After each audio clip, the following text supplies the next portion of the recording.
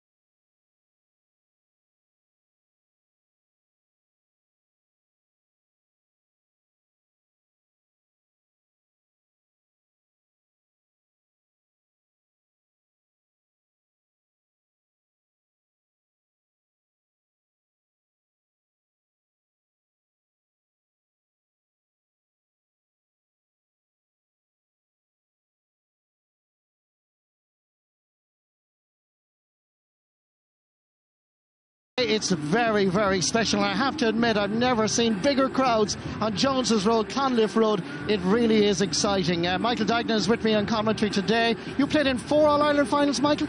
Am I wrong to say that this feels a little bit different?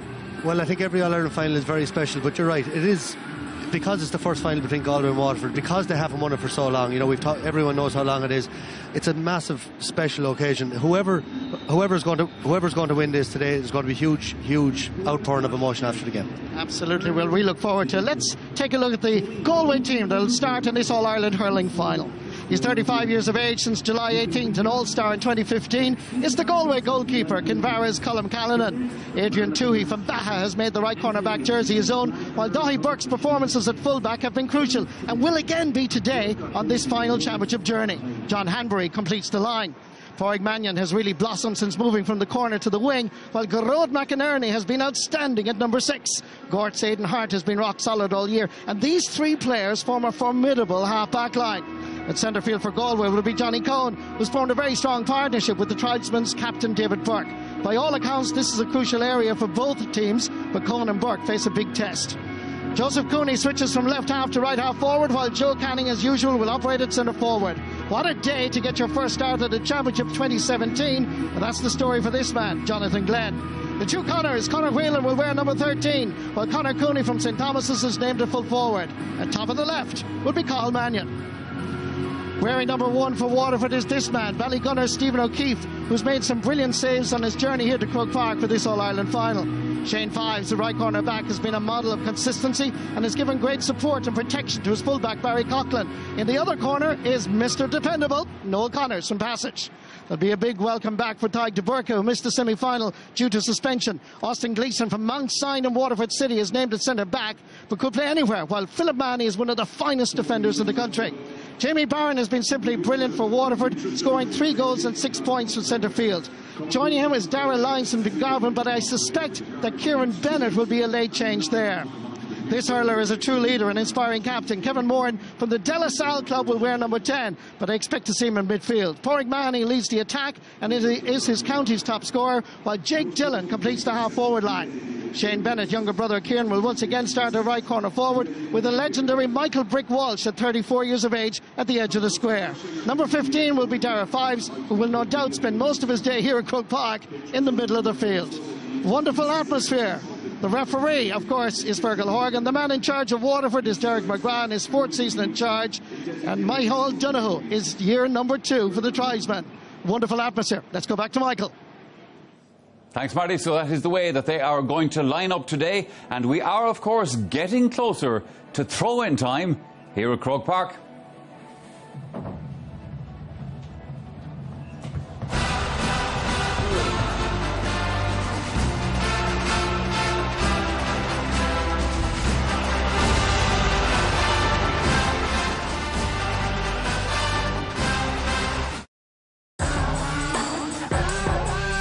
Ireland, proud sponsor of the GAA Hurling Championship.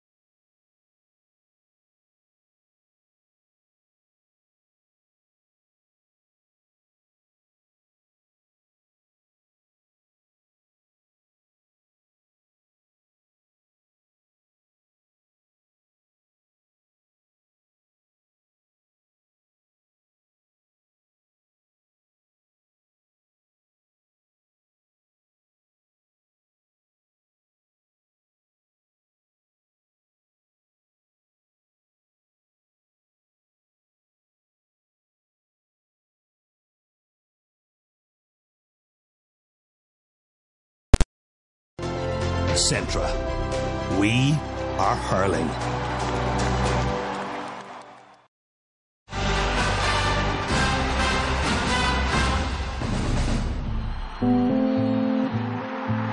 Legacy or history, the words to choose still lingers.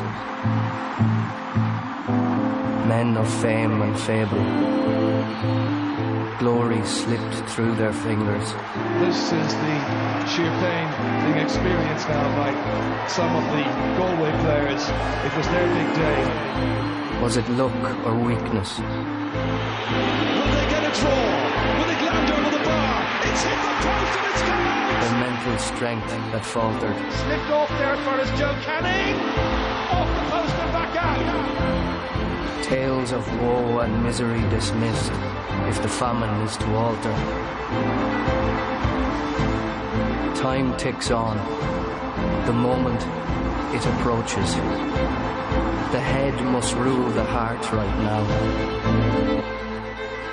The time has come to focus.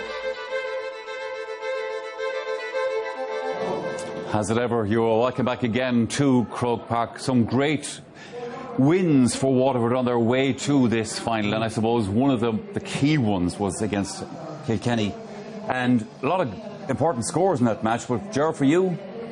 Well, it was not alone its importance, Michael, but it epitomises everything that's great about this Waterford team. I was looking for a clip that does. Yeah. Now look at here. You have 18 players in a very, very tight position, the size of a cabbage garden. We know, which you'll have an awful lot of that today. Now look at number 10 and number 14, Barron and Gleeson. They swap position now. They're gone out of position. Now when Kevin Moran gets the ball, if that was 2 years ago, he'd balloon it up with the left. But look, he gives it to Gleeson. Now Barron has disappeared 40 yards away, and Gleeson finds him, and he's straight through on goals. This is the goal that got him into the All-Ireland issue. I know that to play Wexford and Cork afterwards, but that was the psychological goal that drove them on their way to beat Kilkenny for the first time in 58 years. Now, what has it got? It has intelligent movement. It has creativity about it. Any team that can play like that and can set up goals like that are dangerous. Yeah. Because they don't have a full forward line of great danger. But some of the things they do far out the field, especially this year, they didn't have in the past, especially this year, are so creative. And you know, and the running is so good that you'd say, how would you mark them? You know, that's the thing about it. How would you mark that? How would you mark Jamie Barron there? To me, that was the goal of the year. A brilliant goal, both in its execution and in its significance. Fantastic play. I suppose, as we look back through the games this summer, Liam, there's been more talk than usual, and it's been here for a couple of years, is the sweeper in hurling. Yeah, well, I think some teams get spooked by the sweeper. I mean, that is the reality. And, you know, this is the 63rd minute, and, you know, the danger, like, you can't go route one. Because if you're going to go down, like, into the middle, straight away, Waterford are ready for that. Like, they'll just mop it up. And whether it's Tig de Burka or Dara Fives, both of them are equally comfortable. And here, you know, Cork get it again. It's back down in the middle again. Here's Dara Fives again. So, like, when you're going down into traffic, you're going to really struggle to break down this Waterford team. But there's a few examples here. Here's the crossfield ball. I think, you know, that Galway might be thanking Wexford because they got a chance to go and play against the sweeper. So they attacked with the crossfield ball. Here we have another example. Going down the flanks, keeping that ball out wide. You can see there the sweeper, he's sitting back, but he just can't get at that. There's no way a sweeper can be everywhere. And again, so the crossfield ball. The other thing that Galway have in their artillery is the ability to win primary possession. Because the one way you can take out a sweeper. Now, Conor Cooney catches this ball. It doesn't end up in the back of the net, but at the same time, the chance came because they were able to win primary possession. And I think that's something, and like, they're not just totally dependent. And again, winning dirty ball, Michael. You know, you are going to find situations today where there'll be one Galway forward, there'll be 2 or 3 Waterford backs. But Conor Whelan there showed the tenacity to go and win his ball. And the last point is that they have the ability to shoot from distance. And Garrod McInerney was smart enough there to know that Joe Canning is outside me, I'll feed the ball to the shooter and I'll put the ball over the bar. So if they go down the flanks, if they go and use their primary possession ball winning ability, and they really look to find their shooters in open space, I think they have an ability, provided they don't get spooked. But I think it's to get that balance, because you don't go, because you're playing an extra defender back, you don't say we play everything on the wings. Yeah. Because I think you're going to need to get a big score or two to win on All-Ireland. But I agree with you. You need that balance of playing at the wings. Keep them thinking. It's all about playing the games on your terms. But you need a good defence in any team, obviously, and you're looking at the Galway defence. Yeah, no, I think this has been the biggest improvement in Galway over the last years, and there's a lot of affiliation with the past team, 88, 87, and they had a brilliant full-back in Conor Hayes, and they have another brilliant full-back in Dahi Burke. Excellence, you know, tight, tenacious, rugged. This is when the pressure was on. We talked about leadership. Come out, but give the ball to the man in the better position. And this has probably been the most improved player in the last couple of years. As Gorod McInerney sees father talking last night and up for the match, he was a brilliant player too. But look at the strength, physicality and aggression, and that's the big thing with Galway this year. Again, high ball, man on man, very strong, throws it off to Joe. And I think, you know, a word I used a second ago was aggression. That's the thing. And you see this clip. Watch Gorod McInerney's eyes when he comes out of that challenge with Pádraig Nair. That focus was in the VT just a second ago. But that's what Galway want to do, man on man. But Waterford want to play it on their terms, open you up. Here's Damien Carolan and Christopher Jive, the number 6 and number 3 for Cork. In the corner flag. Every clip I showed you, it was down the centre where Dahi Burke and Gorod McInerney wanted. Waterford want to open you up. They want to play to their strengths. They want to pull you aside. And that's the brilliant thing about today. That's what's so intriguing, is about who sets the terms of it. All right, well, also, by the way, lads, joining us here at Croke Park today to give us some further views on the match, that's Donald O'Grady. Donald, what's the view from Cork? Well, I suppose really, Mike, you know, Galway have been favourites for this championship since, you know, early in the summer, since they demolished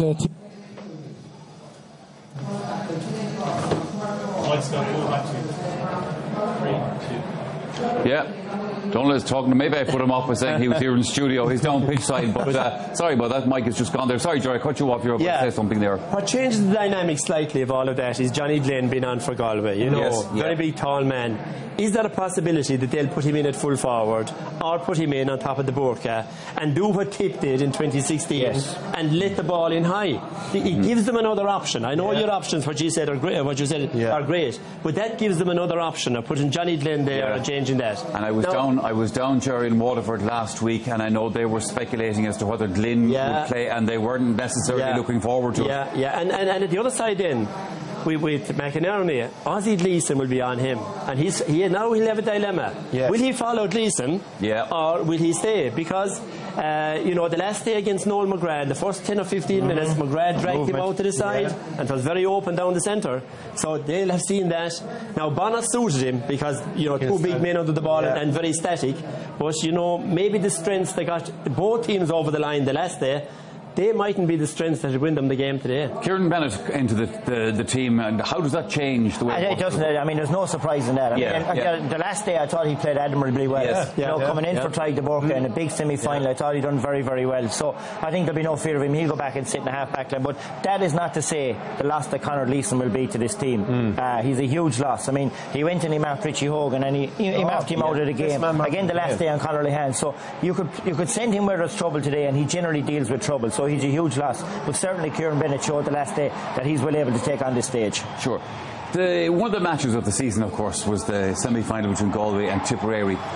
Put in context for me, Liam, how big was that win for Galway? In other words, where do you think Tip were for that match? Well, I think like Tip hadn't really found her form all year, but everyone will tell you that Tip's best performance by a long ways was that semi-final. And on another day, Galway would have come up short. You know, it was nip and tuck. And like we seen the previous year, we sat here, the three of us sat here last year at this time of year, and I said there's nothing will prepare you for an All-Ireland final than winning a tight semi-final. Sure. And you've seen the freedom and the momentum that Tipperary got from winning that by a point. If Galway can come with that same momentum and that freedom, they're going to be very, very difficult to stop today. And one of the biggest things was Joe Canning's performance in the last 20 minutes. And I think it showcased, in previous years, all the pressure was on Joe. We talked about leaders and stuff like that.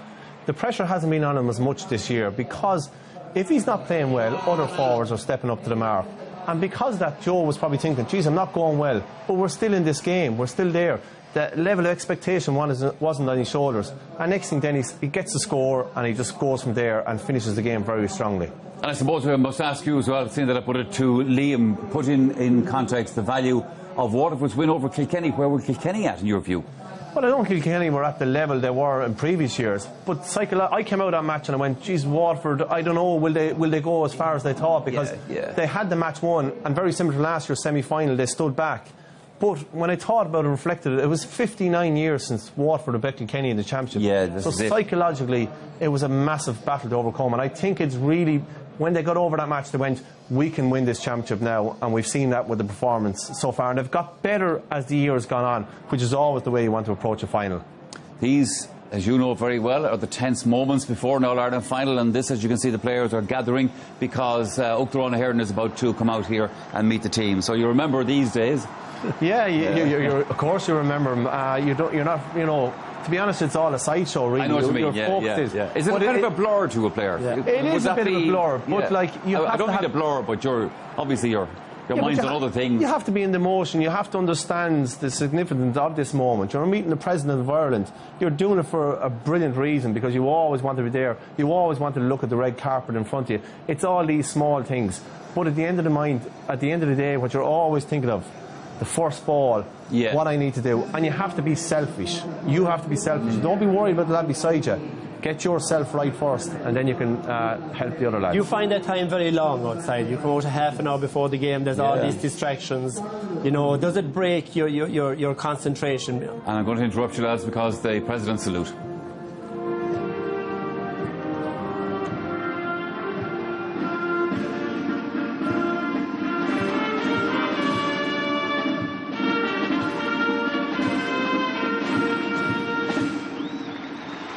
President of Ireland, Michael D. Higgins, accompanied by Uachtaráin Cumann Gael, Egon O'Farrell, will now go forward to meet the players involved in this All-Ireland hurling final. Of course, President Higgins, in his political career, served as a Teachta Dála for the Galway West constituency and served as a Minister for Arts, Culture and the Gaeltacht. The Galway captain is David Burke.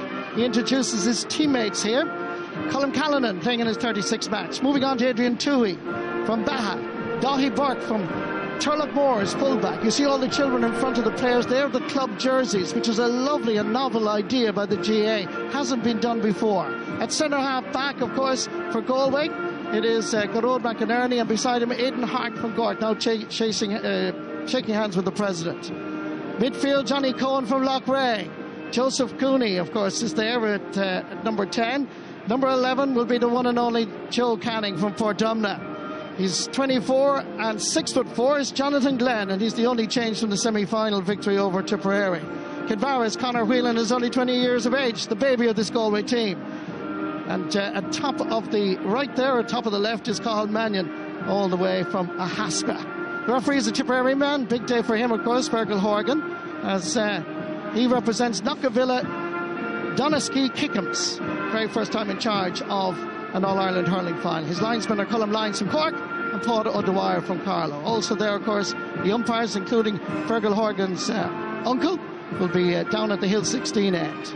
We move on to Kevin Moran. He's been an outstanding captain for Waterford. He has the honour of introducing his players here, starting with goalkeeper Stephen O'Keefe, 26 years of age. Shane Fives from Turin is a pig farmer by profession. Barry Coughlin made his championship debut 3 years ago. Noel Connors from Passage has been an All-Star twice in 2010 and 2015. Tadhg de Burke is a West Waterford man from Clashmore. He was Young Hurler of the Year 2 years ago. Austin Gleeson will wear number 6 but could play anywhere. He was Young and Senior Hurler of the Year. Philip Mann is a really good wing-back, nephew of Shane and Billy O'Sullivan, who played for Waterford for years. Jamie Barron has been outstanding at midfield for Waterford. 4 Mile Water, their jersey in front of him. Kieran Bennett is that late change. He starts. Pádraig Mahony, of course, will wear the number 11 jersey. Jake Dillon is only 24 years of age, and this is his 4th consecutive start in this season's championship. Shane Bennett is the youngest of the Bennett brothers on the Waterford squad, and of course there too is Michael Brick Walsh. And the last man to be introduced to the President of Ireland, Michael D. Higgins, is Dara Fives. It's part of the spectacle. Michael D. Higgins, President of Ireland, getting a warm, rapturous applause as the Liam McCarthy overshadows everything that's going to happen here. Who's going to bring that cup home? We'll find out in about 70 minutes or so. We will indeed, Marty, and as we were saying, obviously it's a big day for all of those players on the pitch. Liam Sheedy, it's a big day for the referee as well, and he's a tip man, Fergal Horgan. Yeah, he's a tip man. You know, I think Fergal, you know, it's his first final, so it's a big occasion for Fergal. You know, Fergal was an accomplished player himself. I think it's always good to see he was a goalie, Michael. So I mean, you generally have to be very steely when you're playing the goals. So it's the same way ref in the final. You know, generally I think he's a very, very good ref. I think he's a great choice, and you know, the one thing you don't want the ref to be is the centre of attention on the final day, and I think you won't have that with Fergal. So best of luck to Fergal and all of his umpires and linesmen. So as I said, let's hope they have a really good game. Absolutely. Perfect conditions as well for this one, Henry. Yeah, and this is it. You know, most All-Ireland final mornings you wake up, it's gloomy, it's a bit well, it was outside. Morning, actually, this morning, it's amazing. It just opens up, and what I used to love as a player is that come 5 o'clock the shadow will start to come across the stand, and it's really time who's going to make it. But I agree with when Kilkenny were playing most teams, the shadow came across the opposition usually. Around 4 o'clock. We hardly got to have 5. What you hope for as a player. 25 Lee mentioned Fergal won't make mistakes, the referee, but I think as a player, you just hope everyone goes out and expresses themselves, because this is a day that'll long live in the memory. I know it'll be hard for the losers, but it's a day to, you know, no one makes a mistake that caused that, and they go out and do the best they can do, and that's all you can ask for anyone. And this is the moment they'll always remember. 82,000 people, such a stadium, such an occasion. It's just wonderful. Ger, we've spoken so much about what it would mean to Galway and mean to Waterford to win this All-Ireland. I suppose you have to put into the equation as well what it would mean to lose it. That's the worst of it, you know. There's going to every action there's an equal and opposite reaction. That's the problem with this. But you know, I remember my first time down on the sideline, you know, as manager there, and the parade started, and then the band, the noise from the crowd, the deafening noise from the crowd. I just said to myself, it takes great players to perform under this pressure, especially when they're there for the first time. And you'd feel for all those players that are there for their first time, experience this. All the talk leading up to it. Now it dawns on you, this is business time. It's at hand now. Now is when we have to perform. So at the early stages of this game, look out for the players who are leading the charge. Look out for the leaders who are doing. You'll get a good idea then as to who's going to win it. But speaking of which, who is going to win it? Well, you know, Galway have experience. That's the one thing they have great experience. Some of them here in 2012 with 2 games. Most of them here 2 years ago, so they have that experience. I think actually Waterford have the better leaders if they do perform. That's the question. What made up my mind about who'd win this is I have in this century, we'll say from 2000, I have never seen a team win an All-Ireland without a really great full forward line. You know, the inside line has made the difference in the last 16, 17 years. Waterford don't have that. Galway have the potential to have that. So on that basis, Galway have the potential to have that. On that basis, I just go for Galway. But they must be ahead before Maurice Shanahan and Holland arrive. Come on, Liam. Yeah, look, I just, by Galway, I've been hugely impressed by Galway this year. You know, ever since the league final, there's a defiance about Galway that I haven't seen in that jersey before. I think they've suffered, 11 of the starting team stood there in 2015, and lost the match. So I just think they'll have enough to get over the line. But they will be tested. If they are 1% off today, this Waterford team will come out on top. But I just think Galway are different in 2017. Galway to shade it for me. And what is the edict of the king? And I'm going to go with the 2 lads, because I just think sport at this level, there's not much between the 2 teams. The skill, the condition, the athleticism. But sport is about heart and emotion and hurt, and Galway have that hurt, as the lads have touched on. Waterford haven't. I think they should have got here last year. They might have experienced that hurt. It might have been enough for them, but because of that hurt, and I think it'll drive Galway over the line and then score enough. They have the forwards to do it. All right, thanks for that, lads. Commentary, by the way, on today's game is available to you as Gaillimh. Details are at rte.ie/sport. But standing by in the commentary box for us today, it is Marty Morrissey and Michael Duignan. Thank you very much, Michael. So this is it, a moment in time. What you're seeing on your television screens right now is historic. It has never, ever happened before. The GAA is 133 years old, and yet through the mist of time, Waterford and Galway have never clashed in an All-Ireland hurling final. Never before have the men in maroon and white from the west of Ireland marched behind the Artane band opposite the hurlers from the southeast, dressed in their traditional blue and white on the first Sunday in September. Connacht versus Munster, the tribes against the Dacians. tradition. Look at the crowd. Croke Park packed to capacity. Tickets near impossible to get. Not a single seat available in this magnificent Coliseum. Hear the roar, feel the passion, the sense of belonging and the pride of our people. For this is Ireland, this is our culture, this is Croke Park on All-Ireland final day. These hurlers, amateurs all, represent today their families, their parish, their club, and ultimately their county. They do it simply for the love of the game. Waterford seek their third All-Ireland title and first since 1959. Back then, Ireland was a different place. Eamon de Valera succeeded Sean T. O'Kelly as President of Ireland. Sean Lamass became our country's third Taoiseach. For the first time, on Garda Síochána passed out 12 new female members from the training depot in the Phoenix Park, and they became known as Bangardi.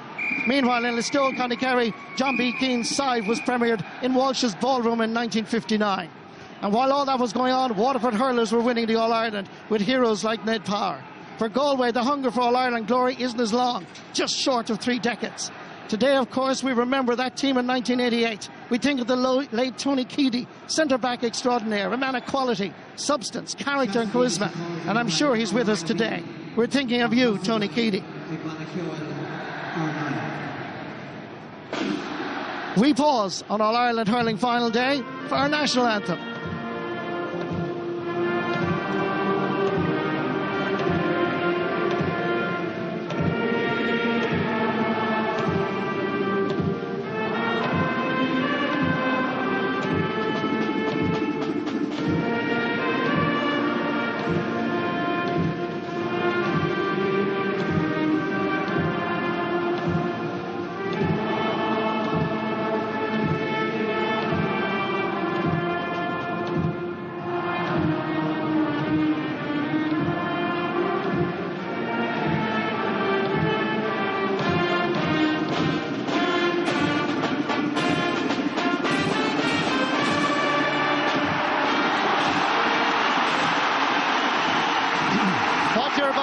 And feel is the heartbeat of a nation.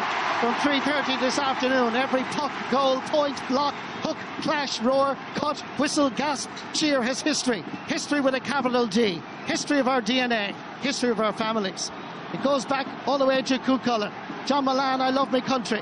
Joe Connolly on the steps of the Hogan stand in 1980 when he said, young people of Galway, I love you.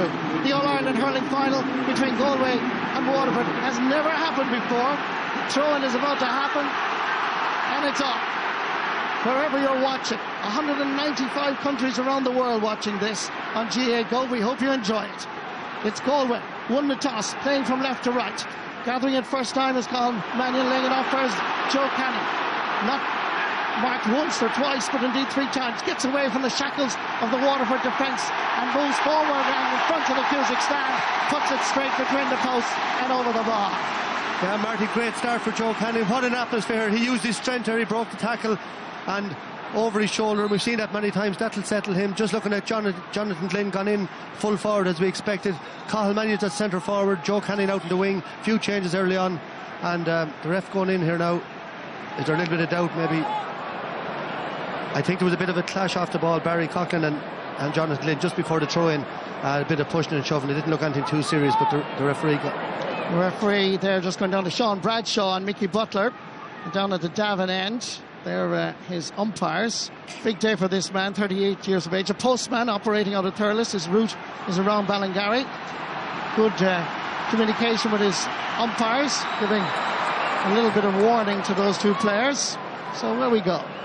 Stephen O'Keefe with his first puck out of the All-Ireland hurling final, dropping it just on the Galway 45-metre line, picked up by Pádraig Mannion, laying it down for us, Joe Canning. Good work here by Kieran Bennett. Made his championship debut against Cork in the semi-final and played well. Pass goes astray, picked up by Johnny Cohen. Played corner back, 2012 and 2015. Now midfield, what a run. Johnny Cohen from Loughrea, flicks it over the bar.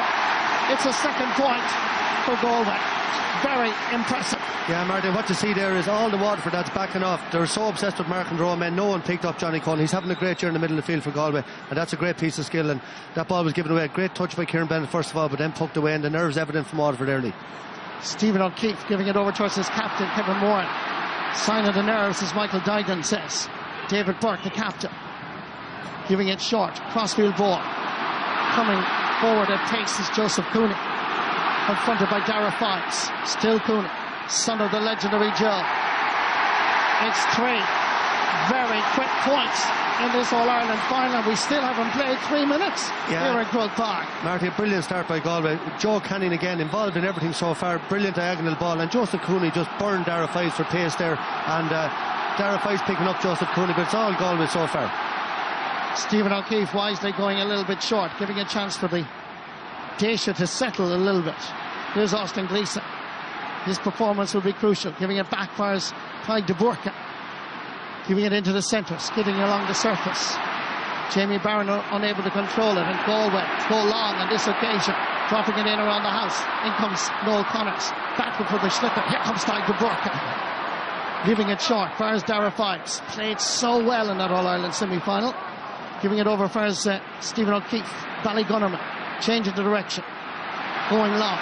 Picked up on this occasion by Aidan Hart. Aidan, son of Josie from Gort in South Galway. Stephen O'Keefe pulled the brakes. He was coming out to meet it. Decided it was better for Noel Connors to gather it. He scoops it up. There was Johnny Glenn. This is Cathal Mannion turning. And listen to the roar. 4 chances. 4 opportunities. 4 striking in the slipper. Straight between the posts. Yeah, Marty, you saw there the disadvantage. Aidan Hart picked up that ball. Not a great ball inside, but Conor Whelan used his strength to just whoosh Noel Connors off the ball. And then Johnny Glenn got the ball, quick little hand pass to Cathal Mannion, created the space and over the bar. And Waterford badly need a score to settle the nerves. 2008, they got a terrible bad start, and Kilkenny were out of sight after 15 minutes. Worrying time for Derek McGrath. Once again, Stephen O'Keefe goes long. It's the first time that Waterford get inside the Galway half of the field. It's Kevin Moore, the captain, having a shot. Brilliant goal. What a response. He did it in the semi-final, he does it in the final. When you want leadership, when you want character, when you want something special, look to the De La Salle man, Kevin Moore. Yeah, Marty, a brilliant ball by Brick Walsh. He got the ball, what he does over the years, laid it off. But Kevin Moore, what composure. He just picked the spot, stuck it in the corner of the net, a brilliant goal. And if you say if they ever needed Kevin Moore, what a leader over the last 12 years for Waterford, and that's brilliant, and that's what they needed. That will certainly settle the nerves, because Galway looked awesome in the opening 3.5 minutes or so. Now they're getting more stuck in the dish. Waterford with possession, giving it over first Dara Fives. Wonderful block down on this occasion by Joseph Cooney. Skipping it into the middle. Out comes Clyde de Burka.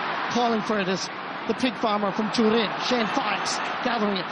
Has to work himself out of trouble. Gathering it in turn is Shane Bennett, using the hand pass. And Waterford begin to get a little bit of momentum with the Bennett brothers. Into the centre, scooping it away is David Cork, trying to knock it into the path of right corner back Adrian Toohey from Baha. Here comes Pádraig Mannion. Mannion going forward. Big chase by 3 Waterford players, including Austin Gleeson. Lovely hook by the Mount Sion man. It's a real blistering pace.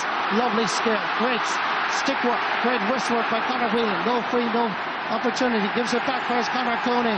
The umpire looks, raising the white flag. 5 real opportunities, 5 points by Galway. And Marty, 2 massive features of the game so far. No frees. Fergal Horgan's letting the game flow. He's not stopping for every little thing. And Galway 5 out of 5, as you said. Their teamwork up front incredible so far. Breaking ball picked up by Clyde de Burka. Going long up for his Michael Brick Walsh, but accurate. With him is John Handry. Stradbally man, twisting and turning, trying to get inside the cover of the left corner back. Good work on this occasion. Oh, Kevin Moore came in with a thundering challenge. The referee blows his whistle, and I think he's right. Yeah, well, the first thing there, no support whatsoever for Brick Walsh, no one within 30-40 yards. And watch this, Kevin Moore. John Hanbury was just bent down over, came in with the shoulder.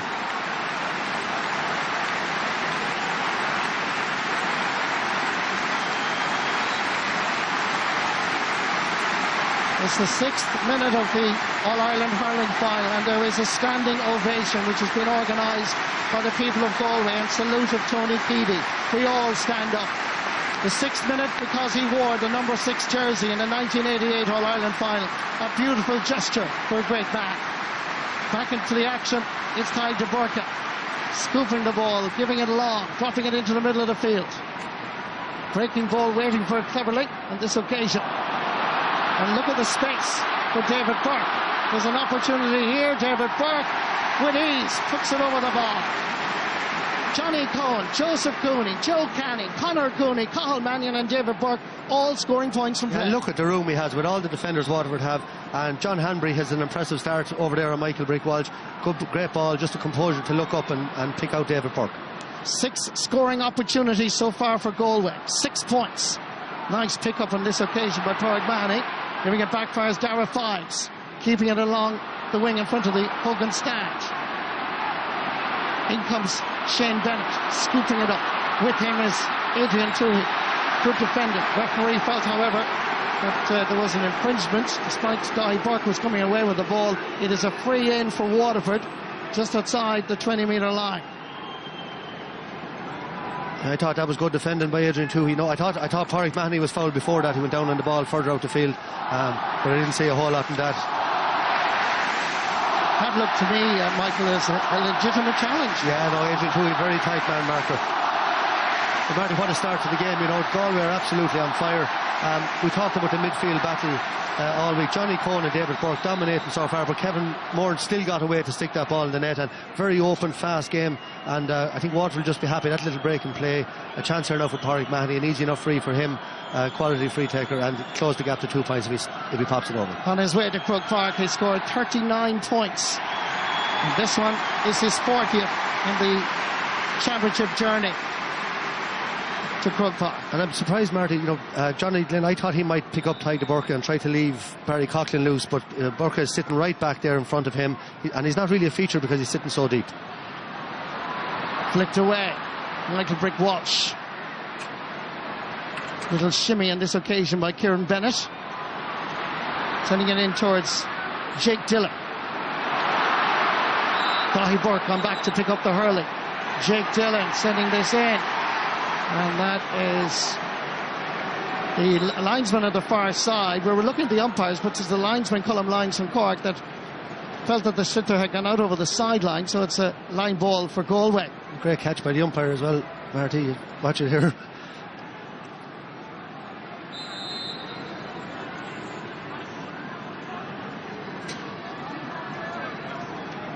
Aidan Hart going to take this sideline cut.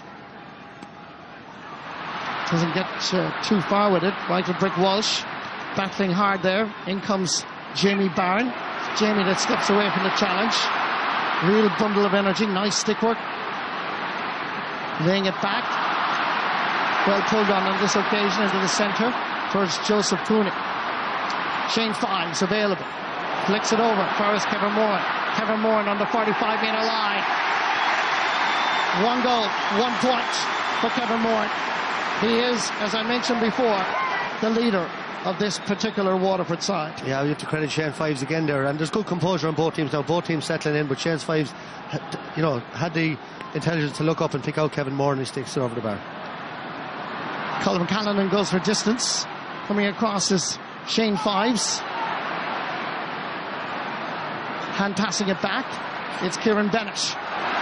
Good block again by Galway. Bennett gets the rebound. Nice stick work, but there are too many maroon and white jerseys there. Michael Brick Walsh is operating in that area as well. Once again, the linesman indicates that it's a sideline ball. This time it's going to Waterford.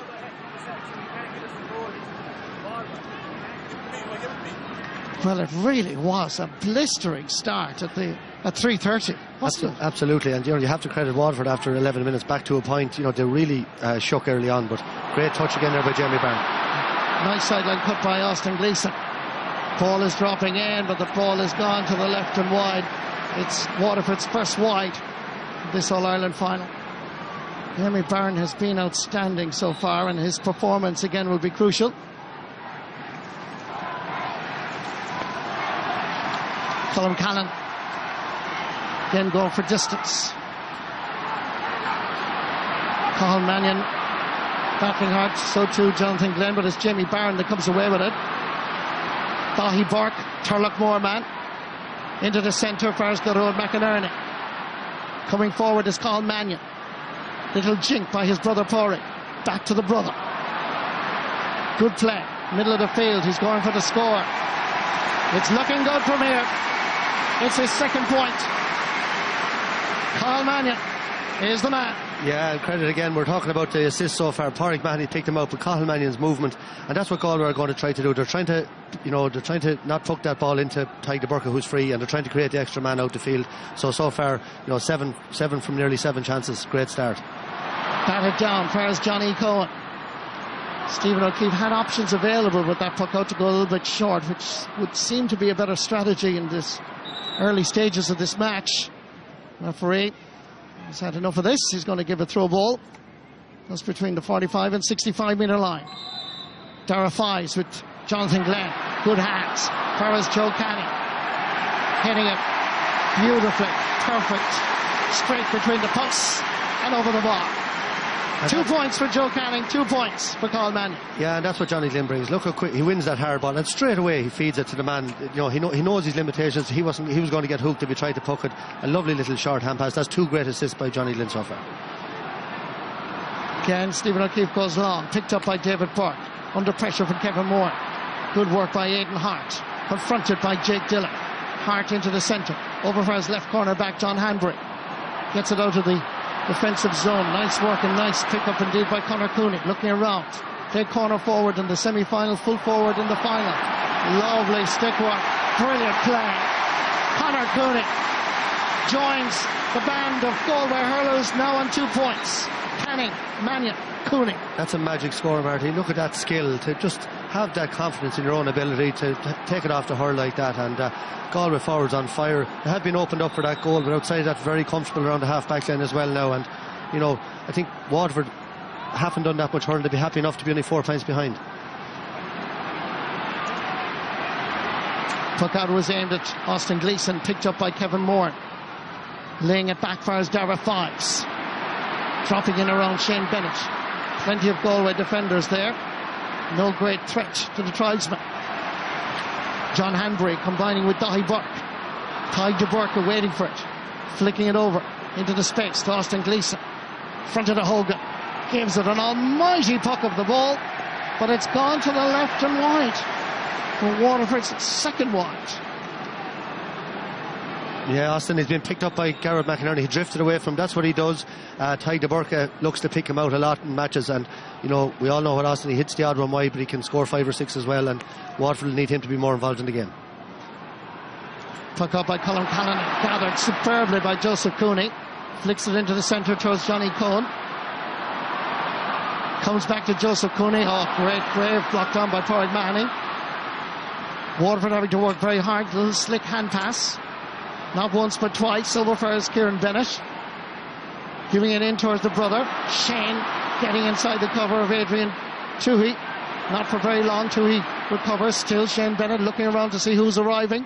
Has to go straight across towards the Cusick stand. Conor Cooney intercepts and gives it plenty of air. Tadhg de Burca was coming forward, knocked away by Noel Connors, trying to give the flick hand pass. Big physical presence, and that is gone just to the right and wide off the stick of Joe Canning. Yeah, good tackle there by Joe Canning. Big hit there, and maybe had a little bit more time than he realised. He could have settled, I think, and put that one over the bar. Just interesting there, when there is a bit of pressure put on both sides, they're plucking that ball away. No support there for Shane Bennett. We saw Brick Walsh isolated before, and Conor Cooney could have used that ball better. We're back in play. Stephen O'Keefe to Tadhg de Burca, dropping it in around the Galway hops, picked up by Pádraig Mannion, coming forward. Still Pádraig Mannion. Pádraig Mannion catches up with him eventually. Mannion drives it in long. Tadhg de Burca is in there. David Burke is there as well. Tadhg de Burca playing well as that sweeper down far as Jamie Barron gets by the initial challenge. Uses the short grip so he can't be hooked into the centre towards Michael Brick Walsh. Joe Canning chasing after it. Still Brick Walsh. Over first Pádraig Mahoney. Just inside the Galway 65-metre line. It's flying between the posts and over the bar. Kevin Moore and Pádraig Mahoney, the only Waterford hurlers to score so far. Yeah, but that's a great score. Started here by Tadhg de Burca making a great catch. And, again, Pádraig Mannion had time to pick out a man. He poked it into Tadhg de Burca and they worked it up. And Brick Walsh again, brilliant work by him. Had a couple of heavy tackles and over the bar. Fantastic catch by Kevin Moore. Jamie Barron gets in the way. He has to release it. Intercepting was Conor Whelan, but Waterford have the sliotar once more. Austin Gleeson going the wrong way initially, giving it back. Far as Kieran Bennett driving it in towards that full forward line. Needs a lot of ball. Jake Dillon laying it back for as Michael Walsh. Michael Walsh pretends to go right, then goes left. Nice little jink. John Handry stays goal side. Here comes the brick. Front of the Cusack stand. On the sideline. Straight between the posts. White flag raised. Well, we've seen some great scores in the match so far, and that's up there with the best of them. What a score. There was only two. It's all poked out again. Pádraig Mannion on the ball. Long ball in. Colin Callan to Pádraig Mannion, dropping it in around the house again. Knocked away on this occasion.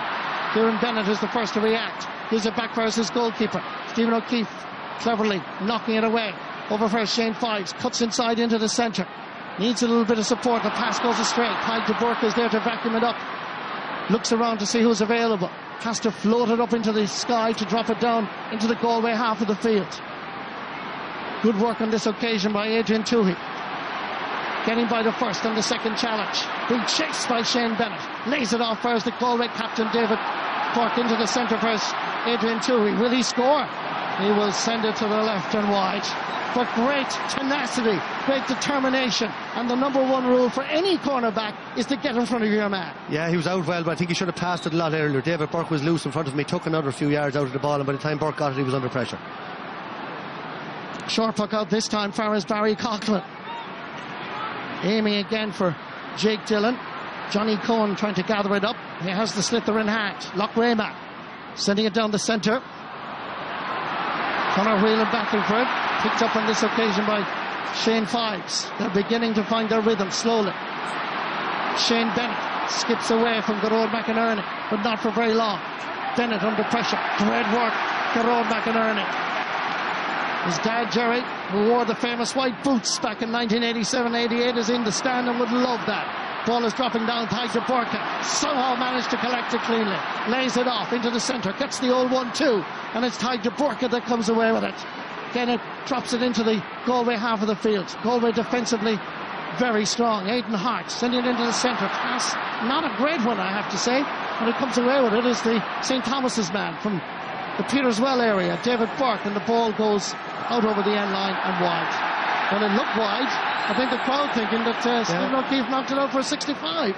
I wonder did he knock it out himself, but Galway not using the ball as well as they did earlier on. Here's the ball in now from David Burke.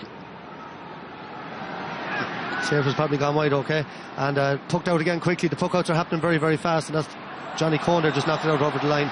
But I think Galway, Marty, not using the ball early on. The first 10-12 minutes they were picking out their men, but now they're pucking the ball long. Waterford are drawing them in, putting more pressure on out the field, and Tadhg de Burke is picking up an awful lot of ball over the last 6 or 7 minutes and using it very well. Well, when you consider, Michael, the start that Galway got, at 20 minutes they'll be disappointed to only be 2 in front. Yeah, that's right. And you know, it's a funny game. Waterford are winning a lot of hard ball up front. Jake Dillon has won a few 50-50, so has Brick Walsh. Sometimes they're lacking support, but they're happy enough they're hanging in there. Derek McGrath looks focused, less concerned than what he was in the opening 5 minutes. Sideline ball is cut in. Plenty of maroon and white there available, including Dahi Burke.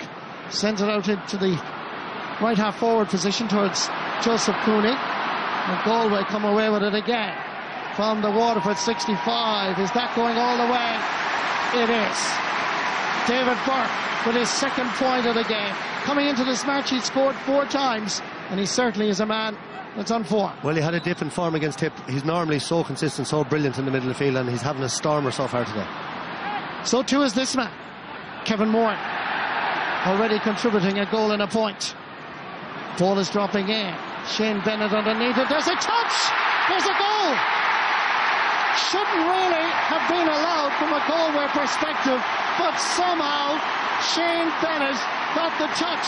The Ballysaggart man got the vital interception. Was there a touch? There seemed to be. A little touch, but a huge mix-up there. Went straight in from Kieran Bennett, I think. It bounced in. Colin Callan didn't come for it. You watch here. And he went to catch it and missed it. And Adrian Toohey had held Shane Bennett off. Bad mistake by Galway, but it's in the back of the net. It's on the scoreboard. Down in Waterford. Look at the reaction in the Apple Market in the city centre. Well, Shane Bennett might have gotten the credit initially, but we'll have to look at that replay again. It's one of the Bennetts anyway. They can fight about it tonight, but And here's Maurice Shanahan in very early. Maurice Shanahan coming in very early, Michael. So he's going to come on, and the man that's going off is Shane Bennett. We would expect Maurice Shanahan to come on sometime in the second half, but not quite now. But obviously Shane Bennett has picked up an injury.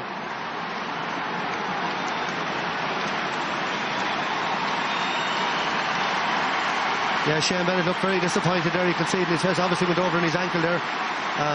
Went through, and he followed it in very well. And bad mistake by the Galway defence, but it's on the scoreboard now for Waterford.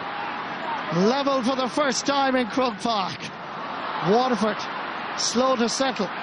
Galway steaming forward initially, but certainly a halt to their gallop has now been produced by Waterford. And under pressure, it's the fourth wide of the game for Galway.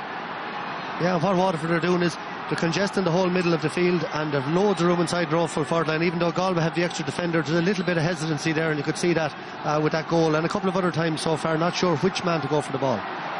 Disappointment for Shane Bennett, only 20 years of age, one of the youngest on this Waterford side.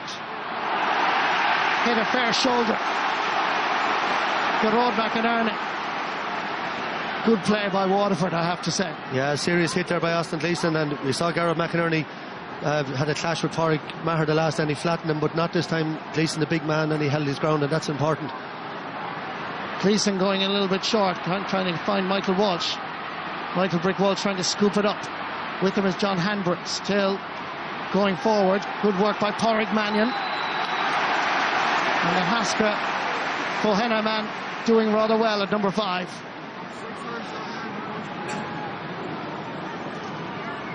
This goal was first free after first, I think, offensive free after 24 minutes, and it's 100 and odd yards from the goals. So it shows you the discipline of Waterford, and Joe's come out an awful long way. This is a long way even for someone with Joe's striking ability.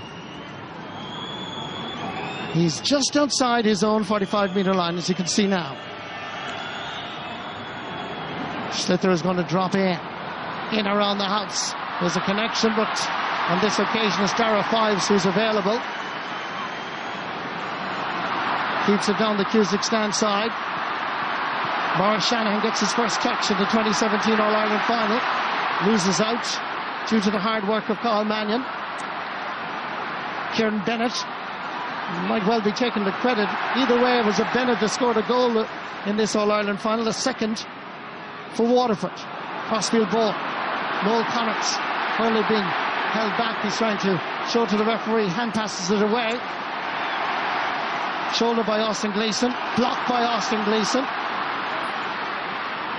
Ball knocked away, and it literally almost went out over the sideline. Jake Dillon is in there. In comes Austin Gleeson again, becoming more involved, doing the hard work. Tremendous tenacity by Waterford, but equally matched by Garrod McInerney. Giving it back for his Aidan Hart. Ornmore Murray and Gort combining. Comes back for his Tide de Burka. He won Harty Cup in All-Ireland colleges with Dungarvan colleges many years ago. Will be 23 on the 19th of September. Can he celebrate an All-Ireland senior medal by then? Maurice Shanahan is battling hard, surrounded by Dahi Burke. John Hanbury trying to scoop it out as Michael Brick Walsh. The referee is patient. We wait for the development. And the referee eventually says that it's a free. It would appear that he's giving a free to Galway, judging by his hand signals there. Frantic, Marty. Game's gone a bit scrappy, you have to say, the last few minutes. You see a lot of players, few players down injured. There was a clash off the ball, and Conor Whelan, Jonathan Glynn being well held. Now Conor Whelan, Noel Connors all over him, and Conor Whelan such an influential player so far in the championship. Let's go down to the sideline for some reaction from Donald O'Grady. Yeah, Marty, I'm just looking at Galway there. They seem very comfortable to be, knocking the ball in from halfway over the line or over the bar and delivering from their half-back line. But I think if they really want to make a dent in this All-Ireland final and in the Waterford defence, they have to run a bit more at Waterford, change their tactics, get the ball in low and run at them. That's the only chance. And those 2 goals that Waterford got have shifted the momentum towards the Dacia. Neil Donoghue will be so disappointed to have conceded 2 goals, as you say, Donald. It's interesting statistic for you. Waterford has scored 2-4, 2-3 from play, while Galway's 10 points all coming from play. So Pádraig Mahony's only hit one free, and Joe Canning hit one, and as you said, was back in his own half-back line. So very, very few fouls. Here comes Michael Brick-Walsh. Oh, it's floating in. Does it have the accuracy? The umpire says no. Wide ball. Third wide of the match for Waterford. 27.5 minutes gone. The tension palpable even at this early stage. Waterford waiting for an All-Ireland title since 1959. Galway since 1988. Going back to help out his defence is Jamie Barron under pressure from Conor Cooney. Shane Hyes had it momentarily. He has it again. Trying to burst out. The referee and the linesman having a consultation on their walkie-talkies there, and the decision is to go west with this particular sideline cut. Joe Canning coming here. Sorry, Marty. I see Jonathan Glynn gone to centre forward now, and Barry Coughlin has followed him out, and David Burke has gone in around the full forward line, which is unusual. Dara Fives is picking him up.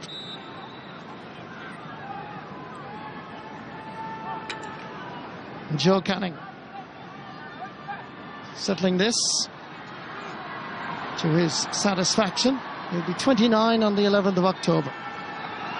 As the ball comes in, will he be an All-Ireland medalist at that stage? What about that? That's his third sideline cut of the championship campaign.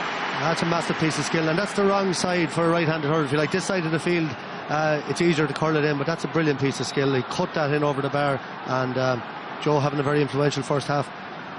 Waterford gone with the short one again to the Burke. They're picking him out brilliantly, Stephen O'Keefe is. Very accurate fuck out by Stephen O'Keefe down towards Tadhg de Burka. And I have to say, Michael, the short fuck out seems to work better for the Waterford side. Absolutely. When de Burka is such a great hurler, Marty, he's so sure on the ball, and again a brilliant ball from down in front of Jake Dillon, then Adrian Toohey in over his shoulder, and another chance now for Pádraig Mahony. Considering the way Galway started, Michael, and the way Waterford have responded, we can just talk about Waterford for a moment. Psychologically, they must be very confident, or not very confident, more confident. Yeah, absolutely. I think they'll be delighted. They had a very, very shaky start. I know that the last goal was a soft goal, but they've stuck in, and they'll love this. They'll want to keep it tight, get it down to the wire, and put a few doubts into the Galway mind. Galway have lost a couple of irons over the last few years. They have the experience of that. That's over the bar. They have the experience of losing those, but still the baggage is there. And Waterford, only Kevin Moran and Brick Walsh here from 2008. So, interesting now psychologically, and Waterford draw match again. Level for the second time in Croke Park. Pádraig Mahony getting his third point of the game. Colm Canlon again goes long. Comes for Conor Whelan. Under a little bit of pressure. Is that going over the bar? Fantastic. Great score by the corner forward. And that's the first chance he got. A lovely little flick on there. I think it was by David Burke. And that's the first tuck of the ball Conor Whelan has got. Noel Connor's been living in his pocket, and but that just shows the confidence he has and the year he's been having. And now Noel Connor's down injured, and they'll be very concerned about that. Both benches very forward orientated, not very much defensive cover on either bench. Noel Connors from the Passage Club, twice an All-Star in his career so far, back in 2010 when he first emerged onto the team, and then again 2 years ago.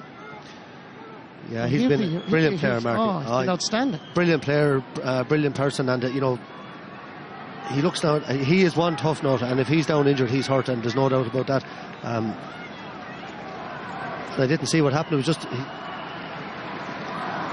Well, it's in the DNA because his dad, Noel, played for Waterford in the 1970s. And certainly a man that in his 8th championship season, if he was to go off injured in this All-Ireland final, he seems to feel that he's okay.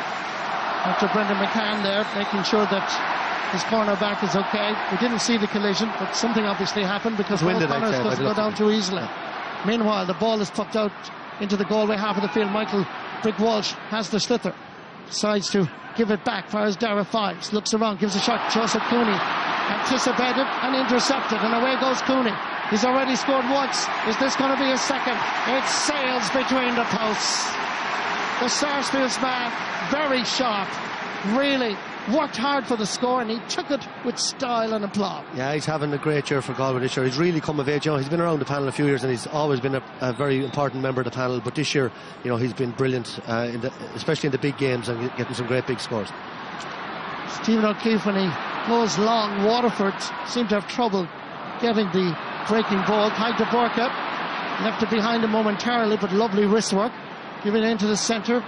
Again, Waterford just seem to be doing better when they play it short. Dara Fives back first, tied to Burka. Now he will go long. 1 against 2 up here. Ball is dropping in. Colm Calman has the situation under control. Gives it out to Aidan Hart. Aidan Hart looking around for options. Up front, lots of players making diagonal runs, but none of them in space. Good work again by Shane Fives, who's playing rock solid at number 2. Michael Brick Walsh steps away from the challenge. Being chased on this occasion by Joe Canning, trying to knock it away from him. Michael Brick Walsh again. Even when he was on the ground, you find it difficult to stop him. He's still there and he's still battling away. In comes Maurice Shanahan. Ball very close, as you can see, to the sideline. Still the referee allows it to continue. It's a bit of a mad scramble, and eventually the referee blows the whistle and says this is going to be a throw ball. I don't think I've ever seen anyone better than Brick Walsh at winning the ball in the crowd. He's unbelievable, the amount of balls he comes up with in the tight, and Joe Canning covered a lot of ground to get back to him. And Galway, look at the Galway forwards. Conor Whelan is out there, Joe Canning, Conor Cooney, all back in their own half-back line. Ball is thrown in. Michael Brick Walsh, who started the move initially, manages to hand pass it back. His work rate is phenomenal. Great vision by Pádraig Mahony. First Jamie Byrne. Good interception by Dahi Burke. Good play by the Turlough man. Minor All-Ireland in 2009. Club football with Corofin in 2015. Under-21 All-Ireland medalist as well. That's a star player, Dahi Burke. Ball into the centre. First Stephen O'Keefe. He's about to be challenged. He gets it away. 1, 2, 3 Waterford players available. Austin Gleeson, Mount Sinai, gathers it. Knocks it away. Waiting for this Jamie Barrett. Unmarked momentarily. It's on its way. The sliotar flies over the black spot. Jamie Barron's first point in this All-Ireland final. Yeah, and I think great discipline there by Austin Gleeson. You know, we know he loves a shot from distance, but Jamie Barron was in a better position. He just played a simple ball to him and Jamie drilled it over the black spot. This time Galway goes short. Aidan Hart comes away with it, dropping it into space. Dara Fives not gathering it cleanly, but going back is the time. His keeper comes out. Once again, Stephen O'Keefe under a little bit of pressure. Underneath this, the Road McInerney is waiting for it. Dan Shanahan has already decided that it's going to be a line ball for Waterford, but more important, Bodo Dwyer for Carlow has decided it. 3 minutes of additional time just going to be announced in this first half. Sides have been level twice after a whirlwind start by Galway. Waterford eventually pulled the brakes on their opponents and found their rhythm. Dan the man watching. Jamie Barron cutting it into the centre. There's a knock on Pádraig Mahony, which to me looked accidental, to be honest with you, but the referee is giving a free, and there's a bit of afters going on. Referee Fergal Horgan is having none of it, and he's right. He's going to have a word with John Hanbury for that challenge. Yeah, there was a little flick there. I think it was totally accidental. I don't think it was a yellow card, but it, you know, in a bit high, and the ref is giving the free. Yellow card for the left corner back from Rahoon, Newcastle. Minor All-Ireland winner 6 years ago. Meanwhile, Pádraig Mahony is getting some attention. He's only 24 years of age. Fine hurler. Won Harty Cup and All-Ireland colleges in De La Salle, where Derek McGrath was the manager back then, and his teacher, his English teacher. There is a bond, there is a relationship between all these players. Starts at schools, continued on, may I say, as well, with Waterford IT. You put that chemistry together and you get what you see here. The Daisha in an All-Ireland final. I hope he's recovered from this. I just see it sometimes a knock, a free taker gets a knock, he can miss the free when he goes and takes it. Sometimes no harm for maybe someone else to step up and take that one. Ballygunners, Pádraig Mahony taking the free. No problem too. No. He drives it wide. And Michael Duignan, you were right.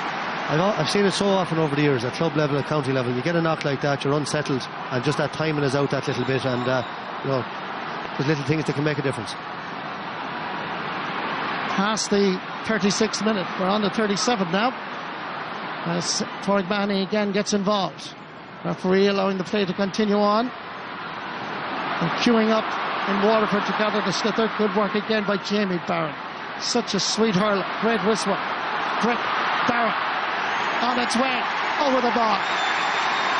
What a combination. Yeah, and Marty, you mentioned a few minutes ago about Waterford and their psychological. You can see them really settling into the game now. They look to be moving that bit better. The nerves are gone. That's a great little bit of interplay between Brick and Jamie Barron. Brick was so selfless and Jamie Barron full of energy, and that's another super point. And a level for the third time in Croke Park.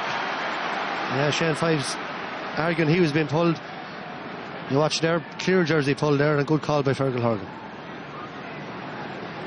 Free in for Galway on the stroke of half time, I'm sure. And Waterford would have been a little bit happier to draw a level. He's listening attentively. Pádraig Lodge. Pádraig Lodge on RT Radio 1. We hope. That was a bit of indiscipline, you know. This is Joe's first scoreable free. He took one in his own half back line. They'd be disappointed with that. There was no danger there, and Joe doesn't generally miss these ones. Joe Canning going for his 4th point of the game. Never in any doubt. And the men from Connacht should go in at the break leading by 1. And Marty, just a quick hello. Liam Cosgrave, the former Taoiseach, he's in hospital in Tala. He was here in 1930 for the All-Ireland final. Born in 1920, he's 97 years of age. He's a big hurling fan. He went to school in Carron and Galway. Just to wish him all the best, he's in hospital out in Tala. 3 times the sides were level in this opening half. Galway started in a blitz. 5 points, one after the other. Then Kevin Moran got a goal after 4 minutes, and then Kieran Bennett got a second, we think, after 22. If he didn't, his brother got it. 3 times level, half-time score. Galway, 14 points. Waterford, 2-7. A thriller in store. Don't go away. We'll be right back after the break.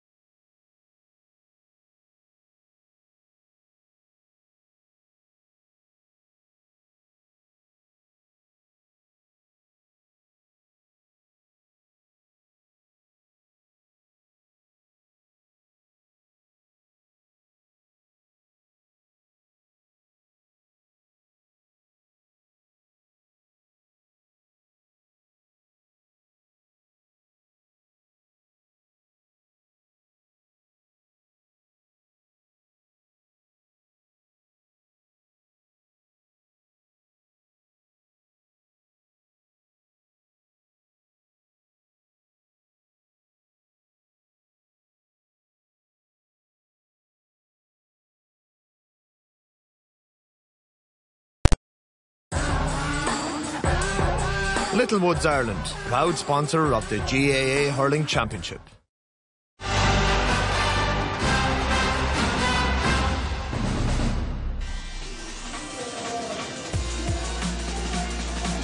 We have reached the halfway point in the 2017 All-Ireland Hurling Final. Galway leading Waterford by a single point. It is 14 points to 2 goals and 7 points. And the way that first half has been going, Henry Shefflin, various fellas are looking just to check when the replay might be. Yeah, no, it's very 23rd of September, by the way. All right. No, it's very tight. Like, you know, we spoke about beforehand about the terms of engagement, who was going to set the tone. Galway started very well, and you were kind of there, what's going to happen with Waterford.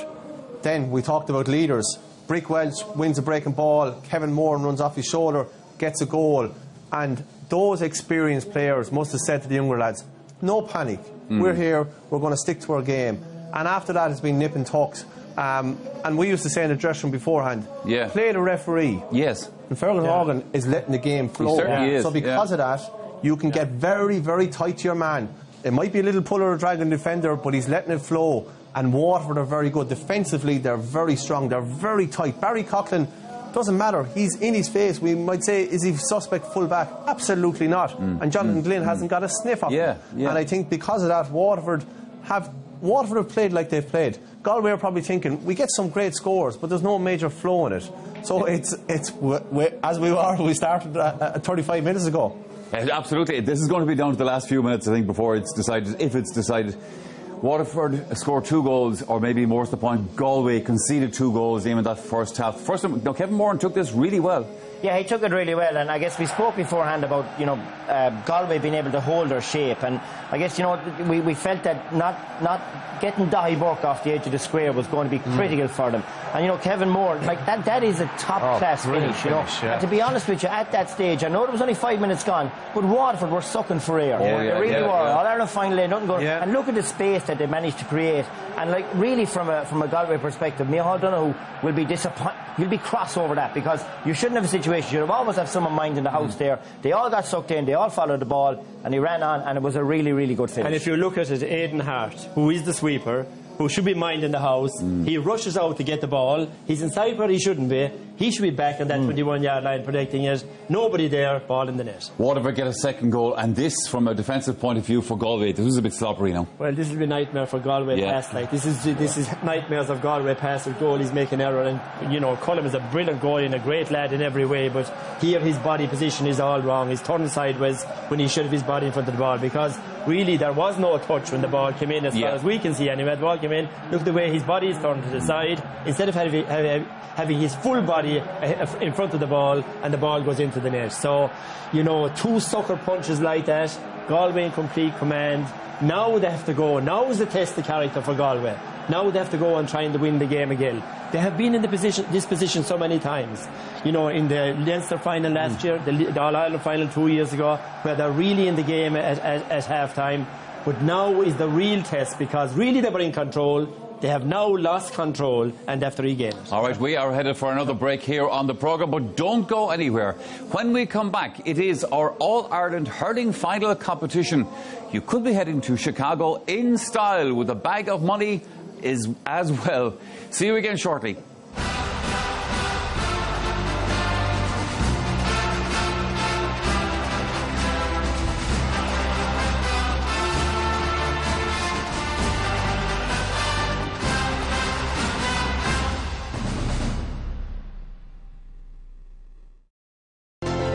Centra. We are hurling.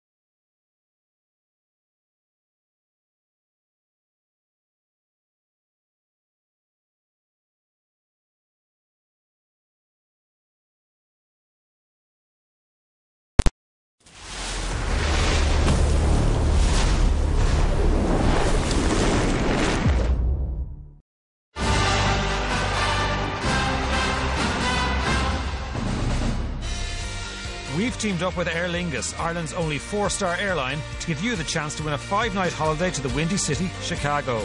You'll jet off in style with Aer Lingus business class service and be treated to a 4-star stay at the Sheraton Grand Chicago, located in the heart of the city. And to make it a trip stateside to remember, there's $5,000 spending money for your pocket too. For your chance to win, answer this.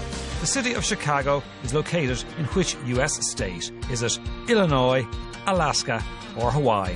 To enter, call 15 17 71 71 82. That's 15 17 71 71 82, or text the word GAME followed by your answer and name to 57001. Calls from the Air network will cost €2.03. Calls from other networks may be higher. Viewers in the north can also text to 57001 or call the number on screen. You must be over 18 to enter. Lines will close at midday on Monday, September the 18th. Full details are on rte.ie/competitions, where the lucky winner will also be revealed. Now, a reminder of the half-time scoreline. Galway leading Waterford by 14 points to 2 goals and 7 points. At the half-time break here in Croke Park, by the way, very nice tribute to Galway great Tony Keady, and greatly appreciated by both sets of supporters. As you can see, both are applauding what they have just seen on the screen.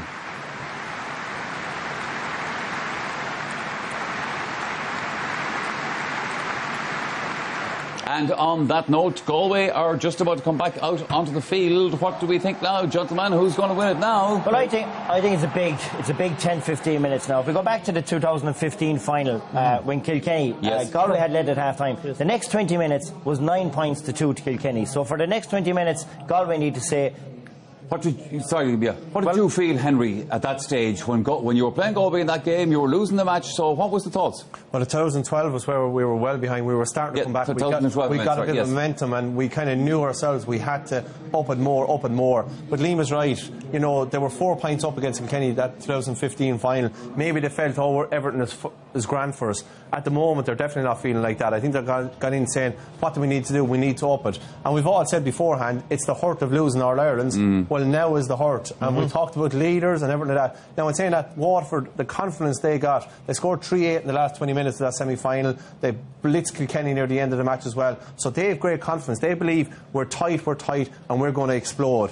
So it's up to the leaders now. But you see, the problem there with Galway is they started off at a blistering pace. It is. Yeah. And while it was a blistering pace, they got brilliant scores. They opened up the Waterford defence. Waterford love to slow you down and get you to play the game on their terms, which is slower, it's more methodical. It's like a soccer. You go nice and slow and then you make a burst. You know, so they cannot allow that. It's up to Galway now with unselfish runs and hard work rate to keep that pace up. And if they do keep the pace up, they can still win this game. But they are under real pressure right now. The funny thing about it is that they're under pressure, and that's a very fair point, obviously. But they're winning the game by a point. Yeah, and I think psychologically that's a big thing, because after all, they've done the most of the hurling in the first half. But even psychologically, to go in 1 point up, at least you're ahead. You'd still say, before the match, if we said we were a point up, we'd be happy. So psychologically, I think to be a point up is a plus for them. All right, that's time to head back to the commentary box to rejoin Marty Morrissey and Michael Duignan. Thank you very much, Michael. A full house was the sign that came up on the big screens just a short time ago. 82,300. That doesn't surprise me. It was impossible almost to get a ticket. Away we go, second half. Who's going to be celebrating in about 35, 40 minutes from now? Galway. Long time waiting since 1988. Waterford even longer. Way back in 1959. Paul is dropping in. In around the house is Maurice Shannon. Dahi Burke is with him. A little bit of assistant making through. Here's Maurice Shannon. Colin Callanan goes down bravely. And back there is Pádraig Mannion. The reinforcements arrive just in time. And Mannion lays it off. Fires Garrod McInerney. The road under a little bit of pressure. Not one but two Waterford players. Austin Gleeson. Jake Dillon in there as well. Another mad scramble. Pádraig Mannion again throwing himself around the place. Bravely, courageously. He's such a fine hurler. Referee Fergal Horgan has blown the whistle. And he's going to give a throw ball. In comes Kevin Moore. It's the captain. Still going forward. He's gone past 3 of the Galway lads. Back there is Aidan Hart. In again comes Kevin Moore, now working hard without the ball. The tenacity, the determination of both of these teams is very impressive. Johnny Cohen, nice little bit of stick work. Gathers it up and gives it long. Clyde de Burke comes across. Gives it low. Over first Dara Fives. Quick hands. Back first De Burke again. Pulls the brakes. Turns around and lets fly into the Galway half of the field. It's game on now for this All-Ireland title. Michael Brick Walsh, they're getting to know each other, is over officially at half-time. Away comes Adrian Toohey. Yeah, he caught it 3 times. Good call by Fergal Horgan. Straight in, and Marty, you can see the pressure that Waterford are putting on. Galway are trying not to hit it long, they're trying to work it out, but the pressure that Austin Gleeson there, on at least 4 occasions in the game, he's dispossessed Galway men, and you just watch Toohey. I think Brick Walsh might have been fouled there as well, but Toohey burst out with this ball and caught it 3 times at this level. That's unforgivable. Remember the scoreline: Galway 14 points, Waterford 2-7. This to level the match for the 4th time. 3 times level in the first half. And as we saw with our panel just confirming that Kieran Bennett was the scorer, that slither going all the way past Colm Callanan, which will disappoint this man in particular, Micheál Donoghue, in his 2nd year in charge. Pádraig Mahony stands over the slither, focused as always. Outside the 45, hits the ball straight between the posts and over the bar. His 4th point of the game. Well, Marty, see Joe Canning now at centre forward. He spent the first half at left half forward. Johnny Lynn gone back inside, Conor Whelan, Conor Cooney, and just interesting to see how can Joe get on more ball. Johnny Lynn struggling a bit. He had a couple of assists in the first half, but looking a bit rusty considering it's his first start in 2 years for Galway. Nice pick up by Jamie Barron. Nice stick work again. Good hands. Look at that. Sharp. Focus. Giving it back to Dara Fives, who's also working hard. Ball up for Jake Dillon, who got the last touch. Linesman says Galway. Once again, the tension is palpable in Croke Park. I haven't felt that much tension, I suppose, in an All-Ireland final in a long time, but there was almost an eerie silence when there was nothing happening. There was no cheering. Everybody focused on what's happening on the field, and indeed, yeah, and the hurling is like that, Marty. It's stop-start. You know, there's an awful lot of nerves. It's just about getting over the line for whichever team can win this one. Aidan Hart puts it in. Chasing after it is Conor Whelan. Got one chance, one opportunity. And he's going for a second, getting by Noel Connors and Tadhg de Burke. Still, the referee allows the advantage now, I think, has blown his whistle. And Conor Whelan, running at the Waterford defence, asks serious questions because he got past Noel Connors. Then it was Tadhg de Burke. There's the foul there, unquestionably. Correct call. Yeah, right call. And I think Gerard Lucknam was just saying it at half-time, that Galway have to do more of that if they want to win this. They have to use that pace up front, take them on. And Conor Whelan, you know, he is having a brilliant year, very strong. Had a great game for the under-21s, even though they were beaten last Saturday as well against Limerick. Joe Canning with his 5th point in the match. And puts Galway just a little bit in front. 15 points to 2-8. Yeah, and interesting, Austin Gleeson right up on the 21-yard line now. Gareth McInerney picking him up, and obviously the long puck out with a bit of wind, I think, with them is going to be a feature in the second half. Puck out by Stephen O'Keefe. Maurice Shanahan is on the slither, cutting inside. Thought about giving a hand pass, got inside the cover and then drove it wide. And to be fair to Morris, as he was getting off the ground, he was apologising to Pádraig Mahony, who obviously said, lay it back. Morris didn't hear it, he went for the score. Just for the record, that's Waterford's 5th wide of the game. It's that close, nip and tuck. Jonathan Glenn played a bit of football in New York, in the Bronx, in Gaelic Park over the last 2 years. He's without a Hurley at the moment. It comes for us, Jamie Barron. Jamie from 4 Mile Water. Lovely hands. And away goes Jamie. Past the 45. Got old McInerney with him. He lays it back. Farrell's O'Mahony. O'Mahony from Ballygunner. And that's great play. 5 points for Pádraig Mahony. Created, produced by Jamie Barron. Finished by Pádraig Mahony. Yeah, and Jamie Barron, absolutely brilliant this year for Waterford. Had a quite enough first 10 minutes, but he's after powering into the game. He scored 2 great points, and again that selflessness that you take for granted from Jamie Barron. A brilliant point by Mahony. Like so many players playing in this All-Ireland hurling final. Played Fitzgibbon Cup with University College Cork. Jamie Barron is one of those. Ball comes down for us, David Burke gives it back for us, good old McInerney. The game beginning to sparkle a little bit. Cutting inside Joseph Cooney, cutting into the space, but great tenacious defending by Waterford. There is nobody at home, And Ty de Burka has all day long to perhaps even have a quick cup of tea as he drives it up into the Galway half of the field. In comes David Burke. The referee blows his whistle. Derek McGrath is concerned about Jake Dillon, who's not alone his team player for Waterford, but he's also his clubmate. As this is what happened with David Burke coming across on Jake Dillon. The referee blowing the whistle immediately, and he's giving a yellow card to the Galway captain. Yeah, and proper order as well. No mistime tackle. He wasn't going to get there, and he still followed through. Caught Jake Dillon down top of the head, and probably lucky enough that it's only a yellow. But you saw Joseph Cooney there, Marty, just making this point. Galway are all coming out the field. There's no options inside, and Waterford just sucking them into the game plan. They're using the ball a lot better, playing it down the wings, creating that 50-50 ball again, and that's working for them. And you know, Michael, if you're at club level, under 12s, minors, under 21s, you'll emphasise to every team, work, work, work. That is the secret of what Waterford are doing at the moment. Yeah, and great athleticism as well around that middle of the field, with Kevin Moran and Jamie Barron in particular. Pádraig sliding it in over the bar. Over the crossbar. Listen to the roar of the Waterford fans. They're beginning to believe again. Much better experience for them in this All-Ireland final than what they had 9 years ago against Kilkenny. They are producing a performance. Changes being made on the Galway side. Niall Burke is coming on for Jonathan Glenn. They are ready. It's welcome to the All-Ireland final. And while all that is going on, Adrian Toohey hand passes it over towards John Hanbury.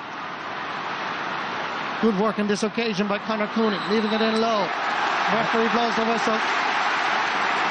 Niall Burke was being fouled by Shane Fives, who were getting to know each other a little bit earlier. No doubt about the free. Yeah, very clever ball there by Conor Cooney. You can see that he saw the move inside, and Shane Fives again out over Niall Burke, and ref having a word with the two of them as well. Since Niall Burke come on, they've done a lot of shouldering into each other. Just laying down a bit of a marker there, I think, Fergal Horgan. 3 times an All-Star, 2 All-Ireland minor, 2 under-21s. That's Joe Canning, CV. In the 4 club, Marty, would he swap them all for one of these? That's the question. I think he would. Joe Canning hits it spot on, straight over the black spot. Sides level in Croke Park for the 6th time. Quick ball by Stephen O'Keefe, and it's dropped long into the Galway half. And oh, what about that? What about that for a catch? Guess who? It's Austin Gleeson. 6 against 6. McInerney against Gleeson. Still Austin Gleeson. Aussie. It takes 3 Galway men to stop it.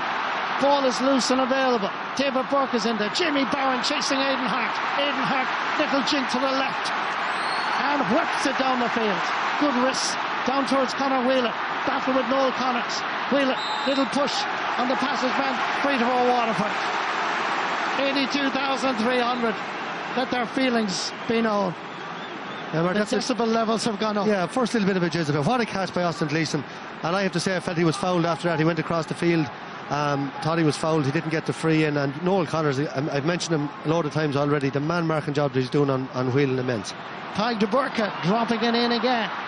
Maurice Shanahan knocks it down, goes back to Galway. In comes Aidan Hart, hefty shoulder. Aidan Hart goes down, comes back outside, use of a short grip, and it's whipped between the posts and over the bar. It is Pádraig Mahony's 7th point of the game. Yeah, that's 4 from play. He's given Pádraig Mahony an absolute roasting over there in that wing. He's so clever. Just watch where he's positioning all the time. He's looking for that, standing out, letting other men go for the ball and picking up that loose one. A great ball by Maurice Shanahan out to him, and a great score. Colin Callan goes long, runs on for David Burke on a yellow card, but captain of the tribesmen, a leader from the St. Thomas's Club. His dad was manager of the St. Thomas's Club that won the All-Ireland back in 2013, one of 6 brothers, steeped in hurling, loved their hurling in Peterswell. 45 minutes on the clock, nobody going away. This is going all the way to the wire. Picked up off the ground, John Hanbury. He tried to flick it up. Fergal Horgan saw it. Correct call, yet again. You know, we've seen a couple of things. Look, that was so obvious. He still did it. Adrian Toohey came out, caught it 3 times. All-Ireland finals, you know, there's so much pressure on. You're going to make those sort of mistakes, and it's whoever can eradicate them. You saw the mistake for the goal. You know, Galway, that's a goal and 2 points that they've given away from very, very silly mistakes. They're beginning to believe. Meanwhile, down the sideline, quick management conversation. Will we make a move? And on the field of play, Pádraig Mahoney concentrates on hitting the sliotar down into the Davin end for his 8th point of the match. Galway 17 points, Waterford 2-12. Colm Callanan goes long, this time with the puck out, knocked away sweetly. Pádraig Mahoney giving the ball away on this occasion. Aidan Hart just took his eye off it. Jittery nerves. Gerard McInerney being challenged by Michael Brick Walsh. Lays it off as Johnny Cohn gets by first challenge. Heading for the second. Knocked away. Joseph Cooney. Passes going astray. Waterford playing with his tenacity. They're on a roll at the moment. And look at who's available. Where are the Galway defenders? It's the leader, it's the captain, it's Kevin Moore, and then he's driven it wide.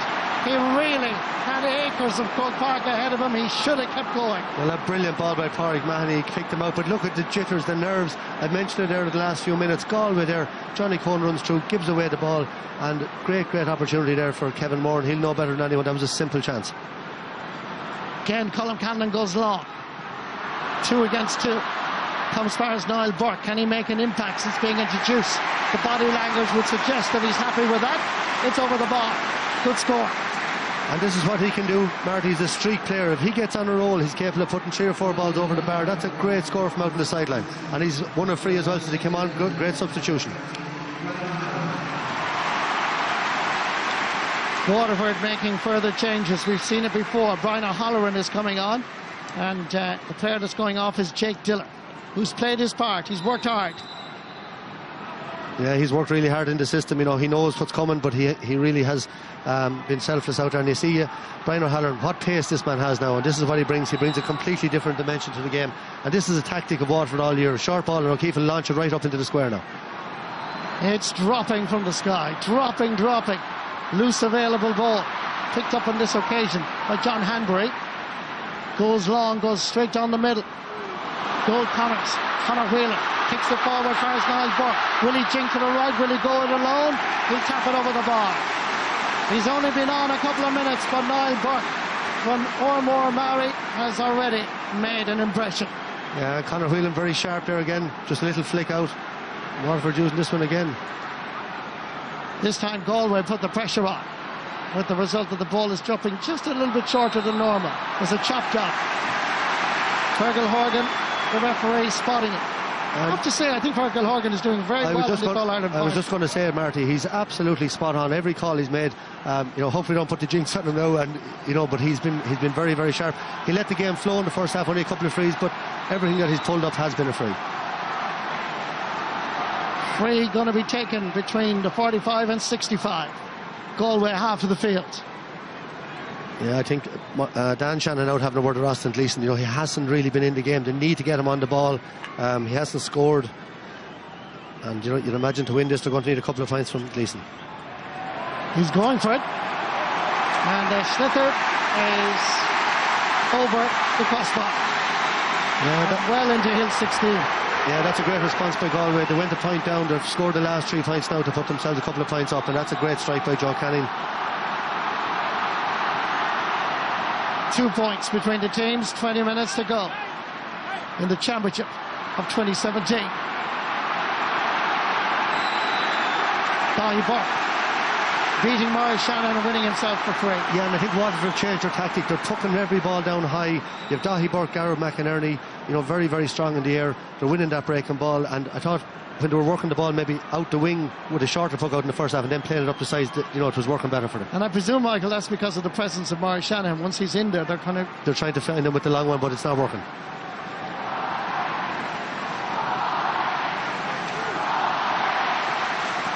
Colm Callanan He was third choice goalkeeper back in 2012 behind James Cahill and Fergal Flannery. 3 years later, All-Star goalkeeper 2015. Shane Fives got us that. Ty de Burka, a little bit too high. Had to scoop it up, didn't foul. He's under a little bit of pressure here. Good work by Ty de Burka. Drops it down into the middle of the field. Nicely picked up by David Burke. Burke hits an almighty wallop of the slipper, and it's straight over the bar for his fourth point of the game. Well, he's one of the great midfielders, Marty, of any era. And, you know, one little blip against Tip, and there was a lot of people worrying about All-Ireland final day, captain of Galway, 4 points from play. What a leader he is today out there. Johnny Cohen won as well. The midfield battle, brilliant. Moran and Byrne having their moments as well. But Galway edging at the moment. 5 from play now from the 2 Galway midfielders. The momentum seems to have swung from the sunny southeast up to the west. Now can Waterford, with Brian O'Halloran and Maurice Shanahan operating up front, come back. Brian O'Halloran, what a fantastic point. That is a thing of beauty.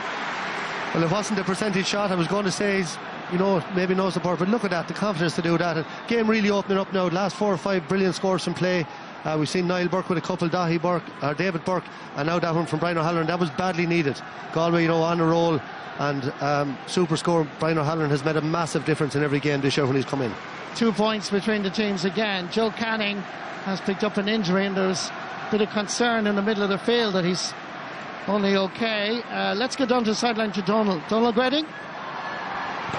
Yes, Marty, and I'm just looking at Galway there. They won the last few puck-outs from long-range puck-outs from Stephen O'Keefe. But I think that they have an extra man in defence themselves, so I think Colin Callan will have to hit him with the puck-outs and then work the ball from their half-back line to the half-forward line and run at Waterford. I think they'll get more purchase there if they do that rather than just levelling the ball in, because Ty de Burka has been on the ball 5 or 6 times since the second half, and he's a big influence for Waterford. The 16-man. The Waterford fans trying to get behind their team, trying to give them a lift with just about 17 minutes to go. Just 2 points between the teams. Galway going to make a change. That's Jason Flynn. That's going to be introduced. Another very tall man indeed, 6'5", going to be introduced as the ball dropping down. Picked up in this, or almost picked up by Kevin Moore. Galway had the jittery nerves about 10 minutes ago. Now it's Waterford's turn. Shane Fives again backens up. Ty de Burka throws the ball up into the air, goes for height so he can't be hooked or blocked. Falls down nicely for Pádraig Mahony. Does something similar. They're aiming for Maurice Shanahan. Gareth Burke got a touch to it. Here comes Morris. He's going to go for it. He's swung down and brought down by Aidan Hart. A free, dead straight in front of the goalpost, and I'm sure Fergal Horgan is going to have a word with the Cork man as well. Yeah, definitely fouler. Pádraig Mahony again. First of all, the way he won the breaking ball, he read where it was going to break and then spotted the one-on-one inside. Morris did very well to hold his feet. Daithí Burke very strong in the air, but Morris broke it and won the free, and Aidan Hart is going to get a yellow now out of that. Fergal Horgan, the referee, wants to have a word. There's a blood substitution going to happen as well. Obviously, Garrod picked up an injury just a moment ago, and it's going to be Aidan Hart that's going to get the yellow card. That's the left half back. Joined Don Hanbury as well on the yellow card list. You mentioned Jason Flynn, he's in there now as well for Cathal Mannion, and again, a player with massive ability on his day. Great goal poacher, and interesting to see now if he can make the impact. And it's going to come down to it. It's down to the wire now. There's only going to be a point in it. What subs can make the difference and maybe swing this game? Pádraig Mahony takes the free, takes the point. His 9th of the game. 1 point between the teams.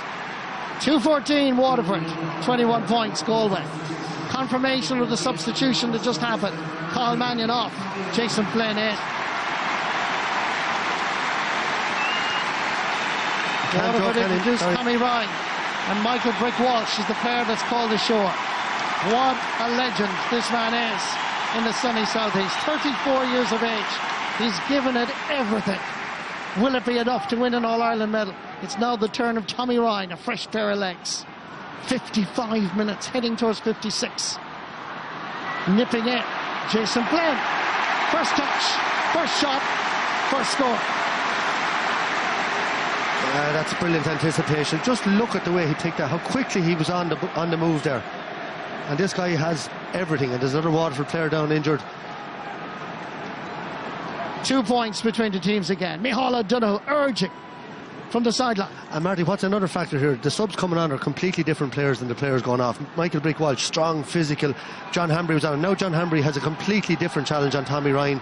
And the same with Niall Burke coming on Shane Fives, with Jason Flynn coming on. He's picking up Tadhg de Burka. And you'll be looking at, from a management point of view, should you be making a couple of changes in your defence to counter the different type of players that are coming on in the forwards? I certainly would be looking at that. Kieran Bennett is the player that was down injured. It looks like he's okay. Derek McGrath has thrown the dice that we've become accustomed to. You can see him there, he's giving it everything. But he's thrown the dice of bringing on Maurice Shanahan and Brian O'Halloran and Tommy Ryan. That strategy has worked all through the championship journey. Breaking ball, picked up by David Burke. Adrian Toohey miscues, and Waterford have the possession. Shane Fives gives it over towards Tadhg de Burka.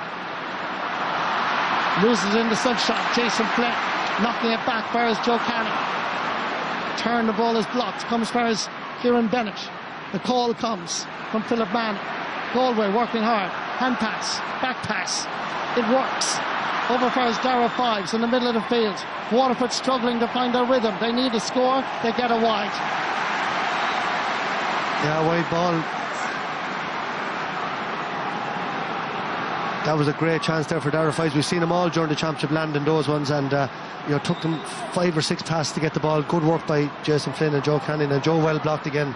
And Joe now gone into full forward. I'd say his knee is at him, and see will he get one chance maybe in there. Shane Fives again trying to sweep the ball up here. Linesman is in there in the middle of it, and it looks like he's going to give a throw ball here. He's undecided. Referee now arrives, and he's going to sort matters out. He's been informed it is a throw ball. Should have been a Galway ball. That can be, all these things can be crucial. Well, it could work out that way. Here comes David Burke. Crossfield ball over towards Jason Flynn. Nipping in, Dara Fives. Vacuuming up Kevin Moore, trying to inspire his colleagues as the clock ticks towards the 59th minute. It's Tommy Ryan from Tallow, hitting it in from in front of the Cusack. My word, score of the game perhaps in the All-Ireland final 2017. Remember his name, Tommy Ryan. And Marty, that's what I'm talking about. John Hambry hasn't had that threat all day. Look at that for a burst of pace by Tommy Ryan, and that's an incredible score. Off the ball, Joe Canning, Barry Coughlin, both of them on the ground there wrestling. A minute ago, I'd say Fergal Horgan will have to go in now to sort that one out. And this is exactly, exactly what Derek McGrath would have planned for. To get it down to the last 10 minutes, be thereabouts, the impact of those subs. But Galway's subs have done very well since to come on as well. Intriguing, brilliant second half. The first half took a long time to get going, but this is tactical now. It started deep inside their own half of the field. We were watching actually the incident as well. It was happening in the background. That's Barry Coughlin that's being spoken to, and it's a yellow card for the Ballygunner man, the Waterford full-back, pleading his innocence, but to no avail. Colin Callanan going to take the puck out again. Noel Connors and Mannion, there's a collision. They all fall down, but again it's Shane Fives bursting forward. He's giving it everything, Shane Fives. Needs to release the ball. And referee felt he was over-carrying. I think he was fouled. I think he was fouled on the way out before that. I think he was fouled on the way out, and to be fair, he was pulled back there, and I think a very harsh free. It's about the only decision I've seen so far that I disagree with the referee, to be honest. But Shane Fives looked like he was being fouled, but the referee obviously was up close, had a better view. The free is for Galway, just inside the Waterford 65-metre line. Yeah, all these calls are big. The line ball there a minute ago, I thought it was a Galway ball. They didn't get it. That's what can happen. 1 point between the teams. 60th minute now passed. Joe Canning lifts and strikes and gets his 8th point of the game. Stephen O'Keefe goes short. Back pass is rather poor, I have to say. In comes Barry, comes the challenge, and Barry Coughlin from Conor Cooney. Referee says play on. Gathering it is Brian O'Halloran. Ball becomes loose and available, and once again it's John Hanbury. Switching play over towards Conor Cooney. Oh, great hands. No Hurling. Gets it in. There's a chance here for Niall Burke. Waterford retreat. They're in there in their numbers, and they have the slither back. Once again is Shane Fives. Lays it off quickly, smartly, trying to get the pass out for Philip Bannon.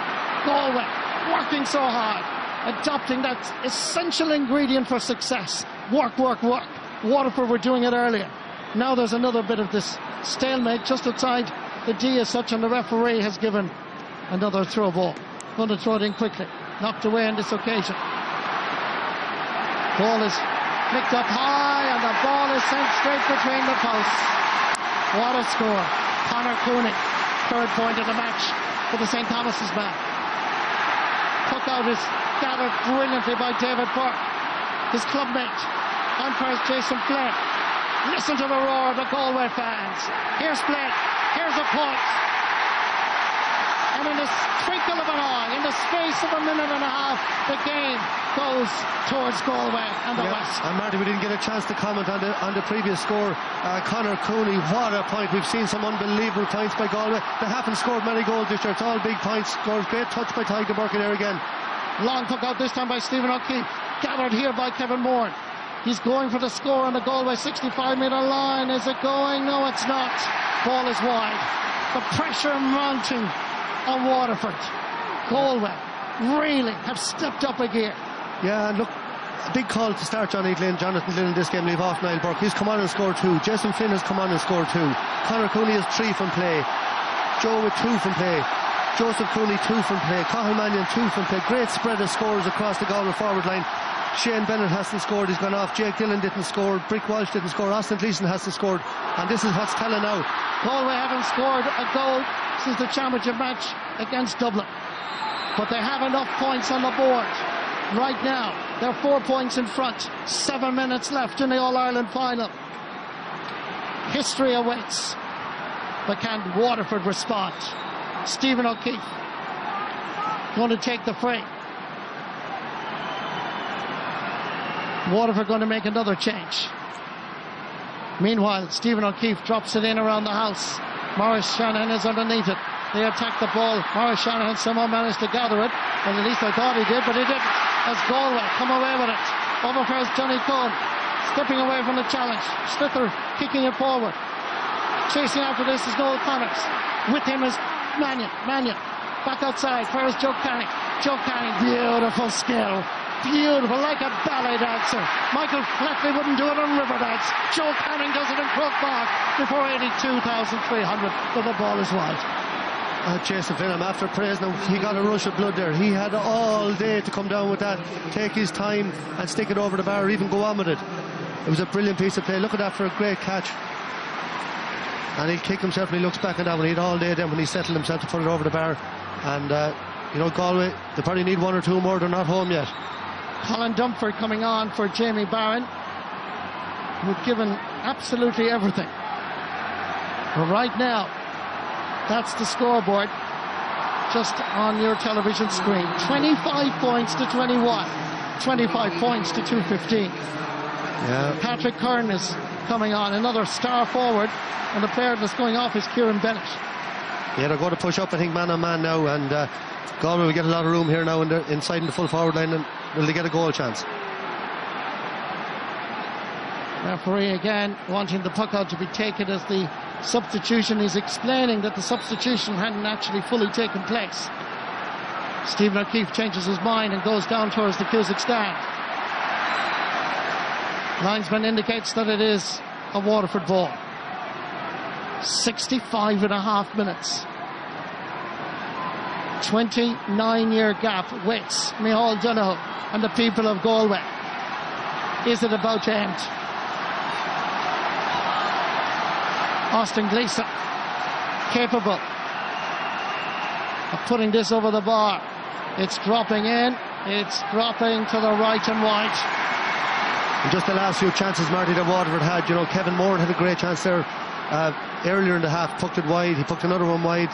Austin Gleeson there, just at 4 or 5 when the pressure's really on, and Galway now just to be feeling one more point, put them 5 up. It'll be very, very hard for Waterford to get back. 4, they're still in it. Puck out by Colm Callanan. Shane Fives goes up for it, doesn't gather it cleanly. Gone back is Kevin Moore, trying to get away from Johnny Cohen. 2 against 1 here. Good work this time again by Brian O'Halloran. Brian O'Halloran is fouled. Like Jaburka, Cashmore man in the middle of the field. Waterford are not giving up, but they need a score badly. They need a score. They're back to 3 if Pádraig Mahoney can put this over. That was great work by Brian O'Halloran. There was 2 Galway men around him. A little bit of hesitancy there from Garrod McInerney, and in popped O'Halloran, won the ball and won the free. 9 times he scored in this All-Ireland final. Hits it well. It's gone to the right and wide. When you think of Austin Gleeson's sideline cut, Pádraig Mahoney's free going wide, the momentum again swings to the west of Ireland. Can he produce something? He's thrown people like Colin Dunford, Maurice Shanahan, Tommy Ryan, Patrick Kern all on to try and change the trend, the tone of the game. Puck out, this time dropping deep into the Waterford half of the field. Knocked away on this occasion. Referee gets in the way. Conor Mannion chips it up, but comes instead for Austin Gleeson. Being challenged by Conor Cooney, and the referee is giving a free to Waterford in the middle of the field. The yellow card as well, I think, for slapping across Austin Gleeson there. Conor Cooney gets a yellow card. 68 minutes. 4 points between the teams. Pádraig Mahoney. All eyes from Waterford watching this as it sails between the posts for his 10th point of the match. And it's back to 3 points. Yeah, and fair play to Pádraig Mahoney. He'd missed the previous one. He's had a brilliant game for Waterford and showed brilliant nerve there to put that one over the bar. Waterford still right in this. There's going to be 4 or 5 minutes injury time allowing for all the substitutions, so there's loads and loads of time for Waterford. Shane Maloney is going to be introduced for the Galway captain, David Burke. Shane Maloney, who scored that winning point in the All-Ireland semi-final in 2015 against Tipperary. Very talented hurler. He waits for the ball as the slither is pucked down into the Waterford half. What a catch, Niall Burke. Well, I'm sure he was disappointed for being dropped for the starting 15 when Johnny Glenn got his place. But my word, Niall Burke has contributed since being introduced. Absolutely brilliant, Martin. Yeah, it was a big call, but you can work it both ways. If Johnny Glenn had come on, he'd make a different sort of impact, but he wouldn't have that scoring threat that maybe Niall Burke has, and that, obviously a little bit of pain being left off as well, and you can see that in the determination of both himself and Jason Flynn since they came in.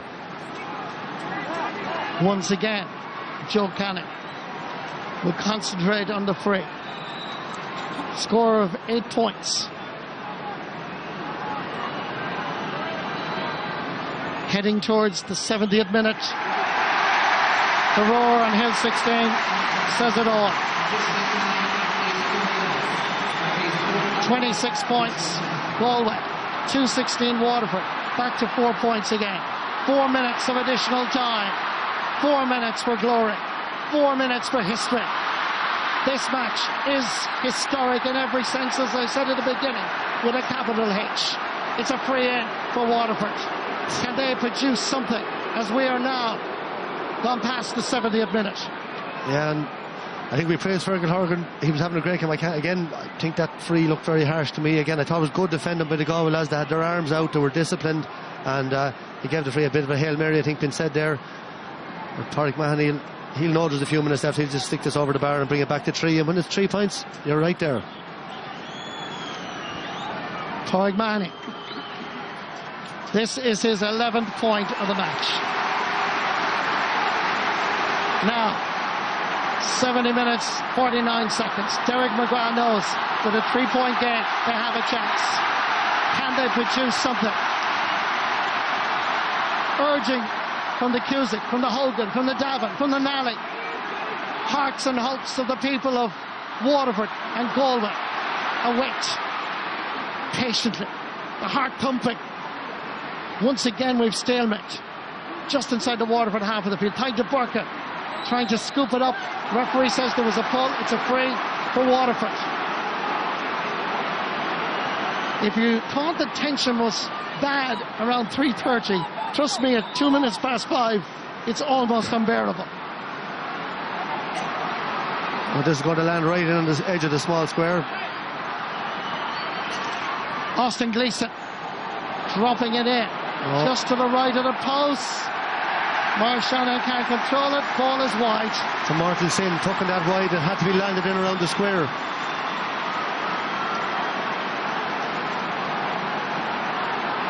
They can hardly watch until they see themselves on the screen here in Crook Park. I don't know what he's laughing about.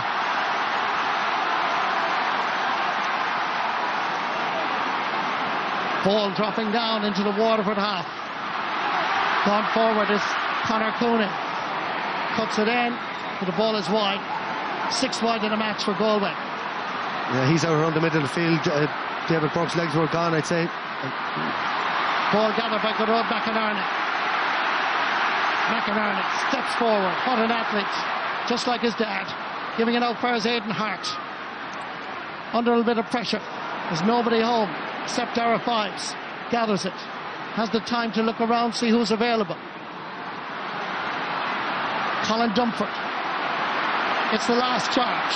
1.5 minutes left. Still Colin Dumford. Pull of the jersey. Referee says play on. Shane Fives steps inside. Can they produce something out of this? Ball over to the far side. There's a little jink. There's a bullet of a shot. Stopped on this occasion. Dahi Burke lays it off first. John Hambury. Pushing forward is Tommy Ryan. John Hambury gathers it. Ball bobbling all over the place. Out comes Porrick Mannion. Mannion bursting forward, looking for the free. Lays it off, and the ball is flicked into the Waterford half of the field. And they'll try again. Try once more. Niall Burke with tied to Burka. Ball is loose and available. Referee's whistle is blown. It's a free up for Waterford. Conor Cooney didn't hear the whistle. Neither did I, to be honest with you, but I was able to see the referee indicate it's a free to Waterford. Yeah, a little bit of a clash of legs there, and Galway trying to hold it. This will be Waterford's last chance. Great passenger player. Just watch here, just a little pull back. Can they get a ball in? Can they get a chance to draw it? 73 minutes, 48 seconds, 12 seconds left in the All-Ireland final. Can you bear to watch? Can you hear the roar? Because it's coming all the way from the west of Ireland. Are they about to win the All-Ireland hurling title for the first time in 29 years? They've won the Alliance League. They've won the Leinster Championship. We're on 74. That's the magic number. Wherever you are right now, Tony Keady, I know you're smiling, because Galway will rejoice like never before. Is the famine over? It's over! Galway are the All-Ireland champions 2017. Can you believe it? The heroes of 1988, Sylvie Leman, Conor Hayes, Pete Finnerty, Tony Keady, Michael Coleman, Joe Cooney, Pat Malone, Anthony Cunningham, Hopper McGrath, Brendan Linsky. They have now in Galway got new heroes that begins with Colm Callanan and ends with Carl Mannion. Joe Canning, who has served his county well, finally wins an All-Ireland medal. Marty, unbelievable, and just Tony Keady, Marty, I have such time for the man, and I try to keep, that half time there, but looking at the piece on him there, it's so heartbreaking for him and his family, and it's just, look, whether it was Waterford or Galway today, what it means to both those counties. I'm looking over here at John McLean. He's heartbroken, and I'm heartbroken for the people of Waterford, but I'm delighted for the people of Galway. That's always the way it was going to be today. And well said. What an occasion. I know, Mike. What an emotional day. It's very emotional day. I have to say, it's been some match. The full-time score in Croke Park, Galway 26 points, Waterford 2 goals, 17. Back in 1980, the great Joe McDonough, another great Galway man, sang here on the steps of the Hogan stand, the West away. So no matter where you are, in Baha, Gort, Loughrea, Ballinasloe, Newin, Ahaskra, Fohenna, Owenmore, Mary, Gort, Tullamore, wherever you are, you can now rejoice because Galway are the All-Ireland champions. The West is truly awake like it was when the great late Joe McDonough sang it here. Yeah, Martin, they did it with great style in the second half. The first half was cagey as we thought it would be. Galway had a great start. Waterford got a goal against the run of play to keep them in it. But in the second half, David Burke, Joseph Cooney in the first half, Niall Burke, Cathal Mannion, Conor Cooney, Jason Flynn, some brilliant scores and some heroic defending. And Waterford, brilliant cheer for them, but they're going to be I just can't describe how disappointed they're going to be. It's been such a long wait. It's heartbreaking for them, but it's Galway's day. We have to give the credit where credit is due. They were there in 15, they were there in 12 in a replay, and Micheál Donoghue came in and probably just added that little bit extra, brought that man management style, gave the players more responsibility. They responded, and look at great cheer for them. They were the most consistent team all year. They've won the league, they've won the Leinster Championship, and now they've won the All-Ireland. So congrats to Galway, and look at heartfelt commiseration to Waterford. A great team, great sportsman, and Brick Walsh, maybe the last time we'll see him out here. Brilliant man, brilliant player, but it doesn't define you as a player when you have an Ireland medal. Great players that played for Waterford over years, and Joe Canning, you mentioned him there, he's done so much over the last 10 years for Galway, so there's no laying out in the field hugging him. Emotional for them all, so well done Galway. It's a wonderful day, and there's the sport of hurling as Dan Shanahan, Dan the man, is out there. John Milan working on the radio here beside us. He's emotional, and I can understand that. And Waterford have contributed to a significant and wonderful match here in Croke Park. And while it's heartbreak for them, they can certainly look forward to the future. But right now, the day belongs to Galway. 1988, Dr. Paddy Hillary was President of Ireland. Charles J. Hoy was Taoiseach. Ray Houghton was putting the ball in the England net for Ireland in Stuttgart. And indeed in July 1988 a baby boy was born in Crumlin, and his name was Conor McGregor. That was way back in 1988. That was when Galway last won the All-Ireland. So wherever you are in the world, if you're in Perth, New York, San Francisco, wherever, Taiwan, you've got to appreciate that in Galway they love their hurling, and right now they're celebrating because the famine, as I said, is finally over. Yeah, and Marty, I think important to say the players in Galway made a big call, and at the time I thought Anthony Cunningham was harshly treated, but they felt there was something else needed. Micheál Donoghue, Francis Ford, a brilliant coach Seth Ryan is my home club to win the Offaly Senior Hurling Championship last year for the first time in 26 years. And look at the minors out there as well, Marty. To win the minor senior double, that minor team wasn't really fancied at the start of the year, but they beat Cork in the great final here beforehand. So great day for Galway hurling, and great day for Micheál Donoghue, for the management team, and for everyone associated with Galway. Galway All-Ireland champions 1923, 1980, 1987, 1988, and now today 2017. President of Ireland Michael D. Higgins, he'll know only too well what this will mean to the people of Galway. Proud Galway man today with strong Clare and Limerick roots. As the Galway fans celebrate, Saw Doctors, N17, they'll all be singing in Galway. From now until Christmas, let me assure you that Galway is officially open to be the greatest place on earth for parties and festivals and celebrations. Absolutely, and look, that David Burke, I don't know who that is heading up, but David Burke, St. Thomas, as you mentioned, a small club, won an All-Ireland club here a few years ago with his dad, with 5 brothers on the panel. I think it's a savage day for everybody involved. But the forwards for Galway won it today, Marty. The spread of scores, we said that before. And the substitutions, Mike. Yeah, but Pádraig Mahoney got 5 from play. Brick Walsh got 1. From their starting forwards, that's all they got from play. And 2 subs got a point each. Whereas Galway's subs, Jason Flynn, 2 from play. Niall Burke 2 from play. Joe 2 from play. Joseph Cooney 2 from play. Conor Cooney 3 from play. Mannion 2 from play. Let's hear the president, Commonwealth Gasquale, Egon O'Farrell, as he presents the Liam McCarthy will spend the winter and the spring down in the West. First Cavan man to be president of the GA. He has the honour and indeed this historic moment to present Liam McCarthy to the Galway captain. Wherever you are watching this fantastic evidence of Irish sporting heritage. Best wishes to Waterford. We have no doubt that you will contribute much more to the game of hurling in the years to come. You had a wonderful year, and it's my shame which are the days that I should have asked myself if you were converting all the lives.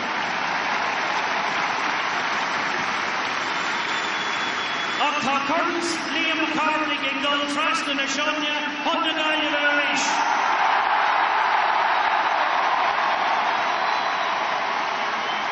Agus don Jinder Euro Milan Ian up to us a hump. Agus don Cuiga Glean, Ton Cuiga Ton Kirkshaw Hagularash Gumwincher na Gaillimh, Agus Tom Surnsanish, and Kirkshaw of Rono.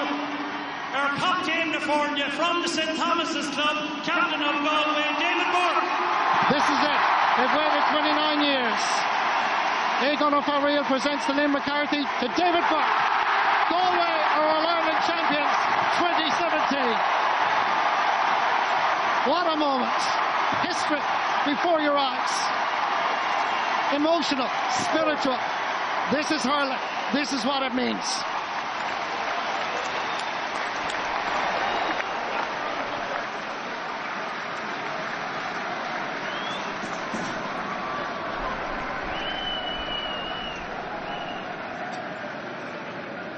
Augtar on the Heron, Augtar na Cumuluca scale, August Gohara, na Winter na Gaillimh. It's more than I'm done.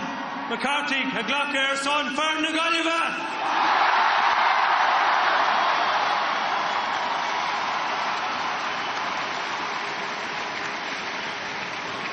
We waited 29 long years, but finally, Liam McCarthy's coming back to the West.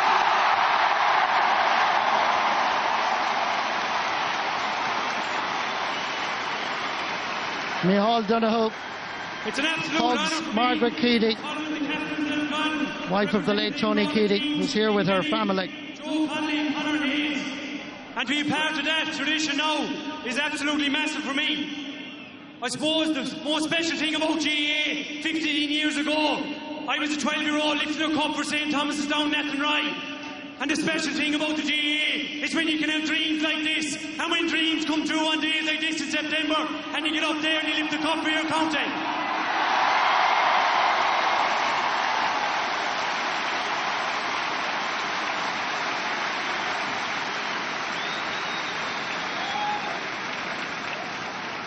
None of this will be able to happen without these bunch of lads that are standing down the steps before me on my left. They're absolutely serious bunch of guys. The management team that have been put in place behind them, absolutely massive as well. But the work, commitment that they put in, not only this year, but over the last number of years, to get the reward today is just for them.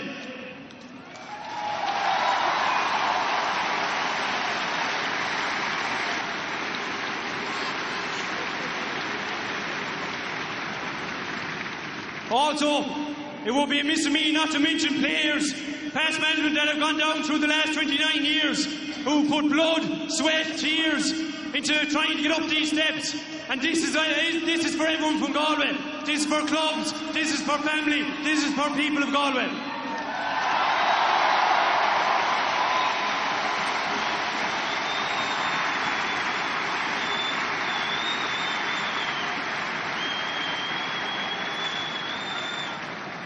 I can't let the day pass.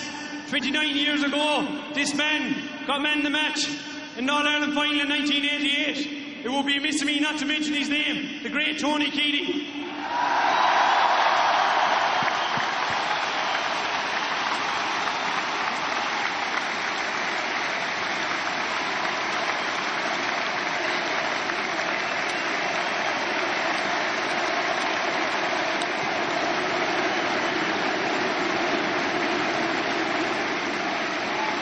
To Tony's wife Margaret, children Shannon, Anthony, Jake and Harry, we hope to lift the cup today will give you some solace from your grief, if only for a few seconds.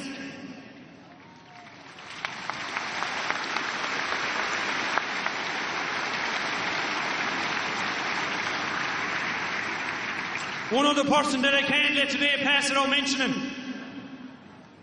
He was soldiering with us for years, good friend of mine, first cousin of Conor Whelan. He passed away in 2014. Niall Donoghue. We'll never forget him. We'll remember him today.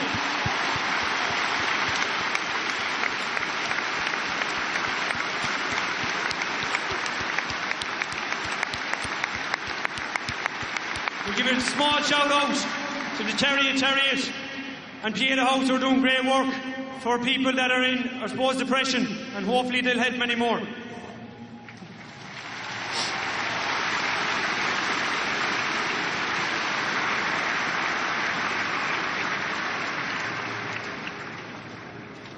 The next man I want to mention, we rarely, well, sometimes we see eye to eye, sometimes we didn't, but I have to say, the team he brought in around him this year and last year, absolutely serious team he brought in, backroom team. This man, you have to give him the biggest round of applause of the day, Micheál Donoghue.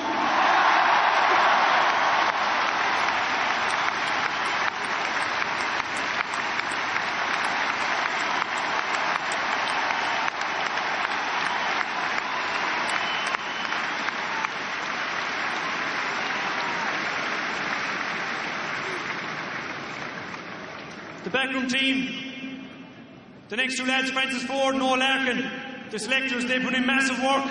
Serious guys on and off the field. The greatest characteristic about them is they're just great people to have around, great people to work with. Our coach, strength and conditioning, Lucas, he has us in serious shape. His attention to detail is second to none. Our medical team, Ian O'Connor, Dave Hanley, Alan Daly, Orla Armstrong. I mean, for them to put up the likes of us over the last couple of years, we thank them today.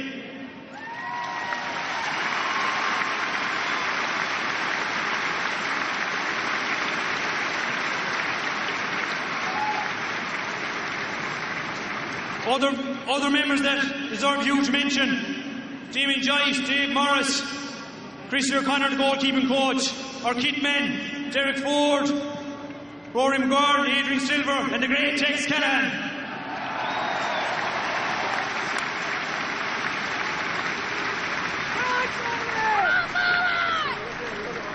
Also Maeve, our nutritionist, Kieran Cosgrove, and Owen and the crew at Feed the Pulse. We'd like to thank them as well.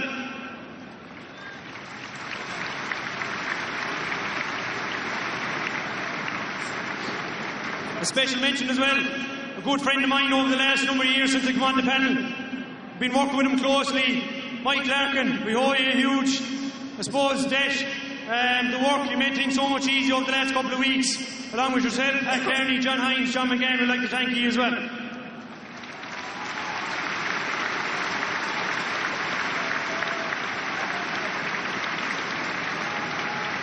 The next group of people I'd like to thank, I'm echoing the words of all my fellow panel mates, our family, the wives, the girlfriends, the people who put up with us day in, day out. We'd like to thank them massively from the bottom of our hearts, especially my own mother and father, who have, I suppose, got me to this stage, and I hold a huge debt of gratitude towards them as well. Thanks very much.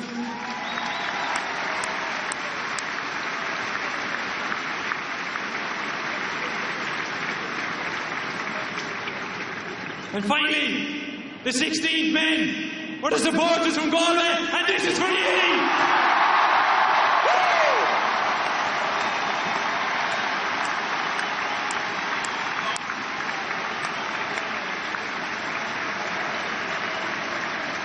Just a couple of more people I'd like to thank: the sponsors of the championship, Linwood, Borgosh Energy, Centra, especially our own sponsor, Supermax, Pat and Una McDonough, soldiered with the county, put in massive support financially over the last 29 years, and for them to get their award today is massive, and I'd like to thank them from the bottom of my heart as well.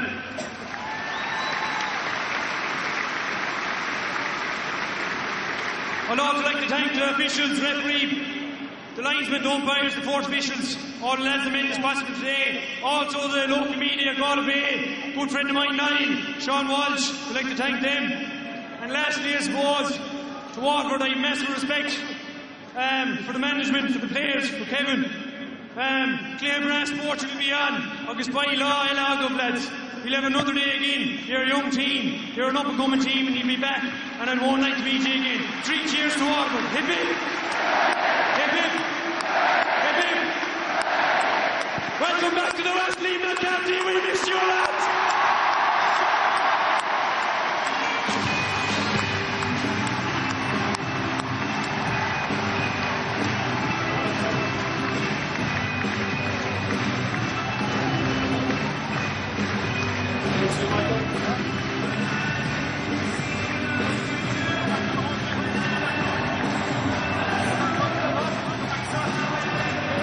What a moment here in Croke Park. The emotion and the joy etched on everybody's faces here. All the Galway people will celebrate this in style. Great speech by David Burke. And let's go down to the sideline for some post-match reaction. Micheál Donoghue, congratulations. The long wait is over. You're taking Liam to Galway. Yeah, look, it's just, this is what dreams are made of. Look, you know, when we came in to start 2 years ago, we knew we were dealing with a savage team, and look, from any management point of view, you just want the boys to come in and take ownership of it. And the last year, you know, all the credit has to go to the players. They've been just fantastic. And look, you know, I'm the fella that's privileged in this position, but you know, to all the managers that have gone before me, you know, they've helped nurture these players and develop them as well. And you know, to all the players that have gone through, worn that jersey as well, this is for them as much as the boys here today. You were in a battle right till the end. What got you there today? Look, I think, you know, we just said, like, enough was enough. You know, the last couple of years have been really hard, you know, and these boys have been kicked every time they'd lost in 2012, 2015. You know, above any other team, they've got lacerated, but nobody ever mentioned the resilience these boys have and the character they had, because they kept bouncing back. And look just what this means. This is what it's about. And you know, they knew coming today they were going to do the job. And as I said, the banter today was enough. We were going to win it. And a lovely moment there with Tony Keaty's family. It really has been an emotional day. It has, yeah. Look, going back to the semi-final and the week after, you know, we had the honour and privilege of bringing them into training last week, and you know, their strength, their just total resilience to push on. And look, it's an absolute pleasure to have them here today with us. It's a special day. Enjoy the celebrations, Micheál. We will. Thanks very much. I have absolutely no doubt that Micheál Donoghue and the Galway players and their supporters will indeed enjoy the celebrations. While Micheál was talking there, the Saw Doctors and N17 was being shouted out by the big crowd here in Croke Park. I'm not quite sure if Liam McCarthy is going to head down the N17. Maybe it will in time, but it's certainly heading to Galway in 2017. The panel here in studio have enjoyed all of that, and I'm sure Ger and Liam and yourself as well, Henry, want to add your congratulations to the winning team of 2017. Absolutely, total congratulations to Galway. You know, especially East Galway, South Galway, just passionate people there.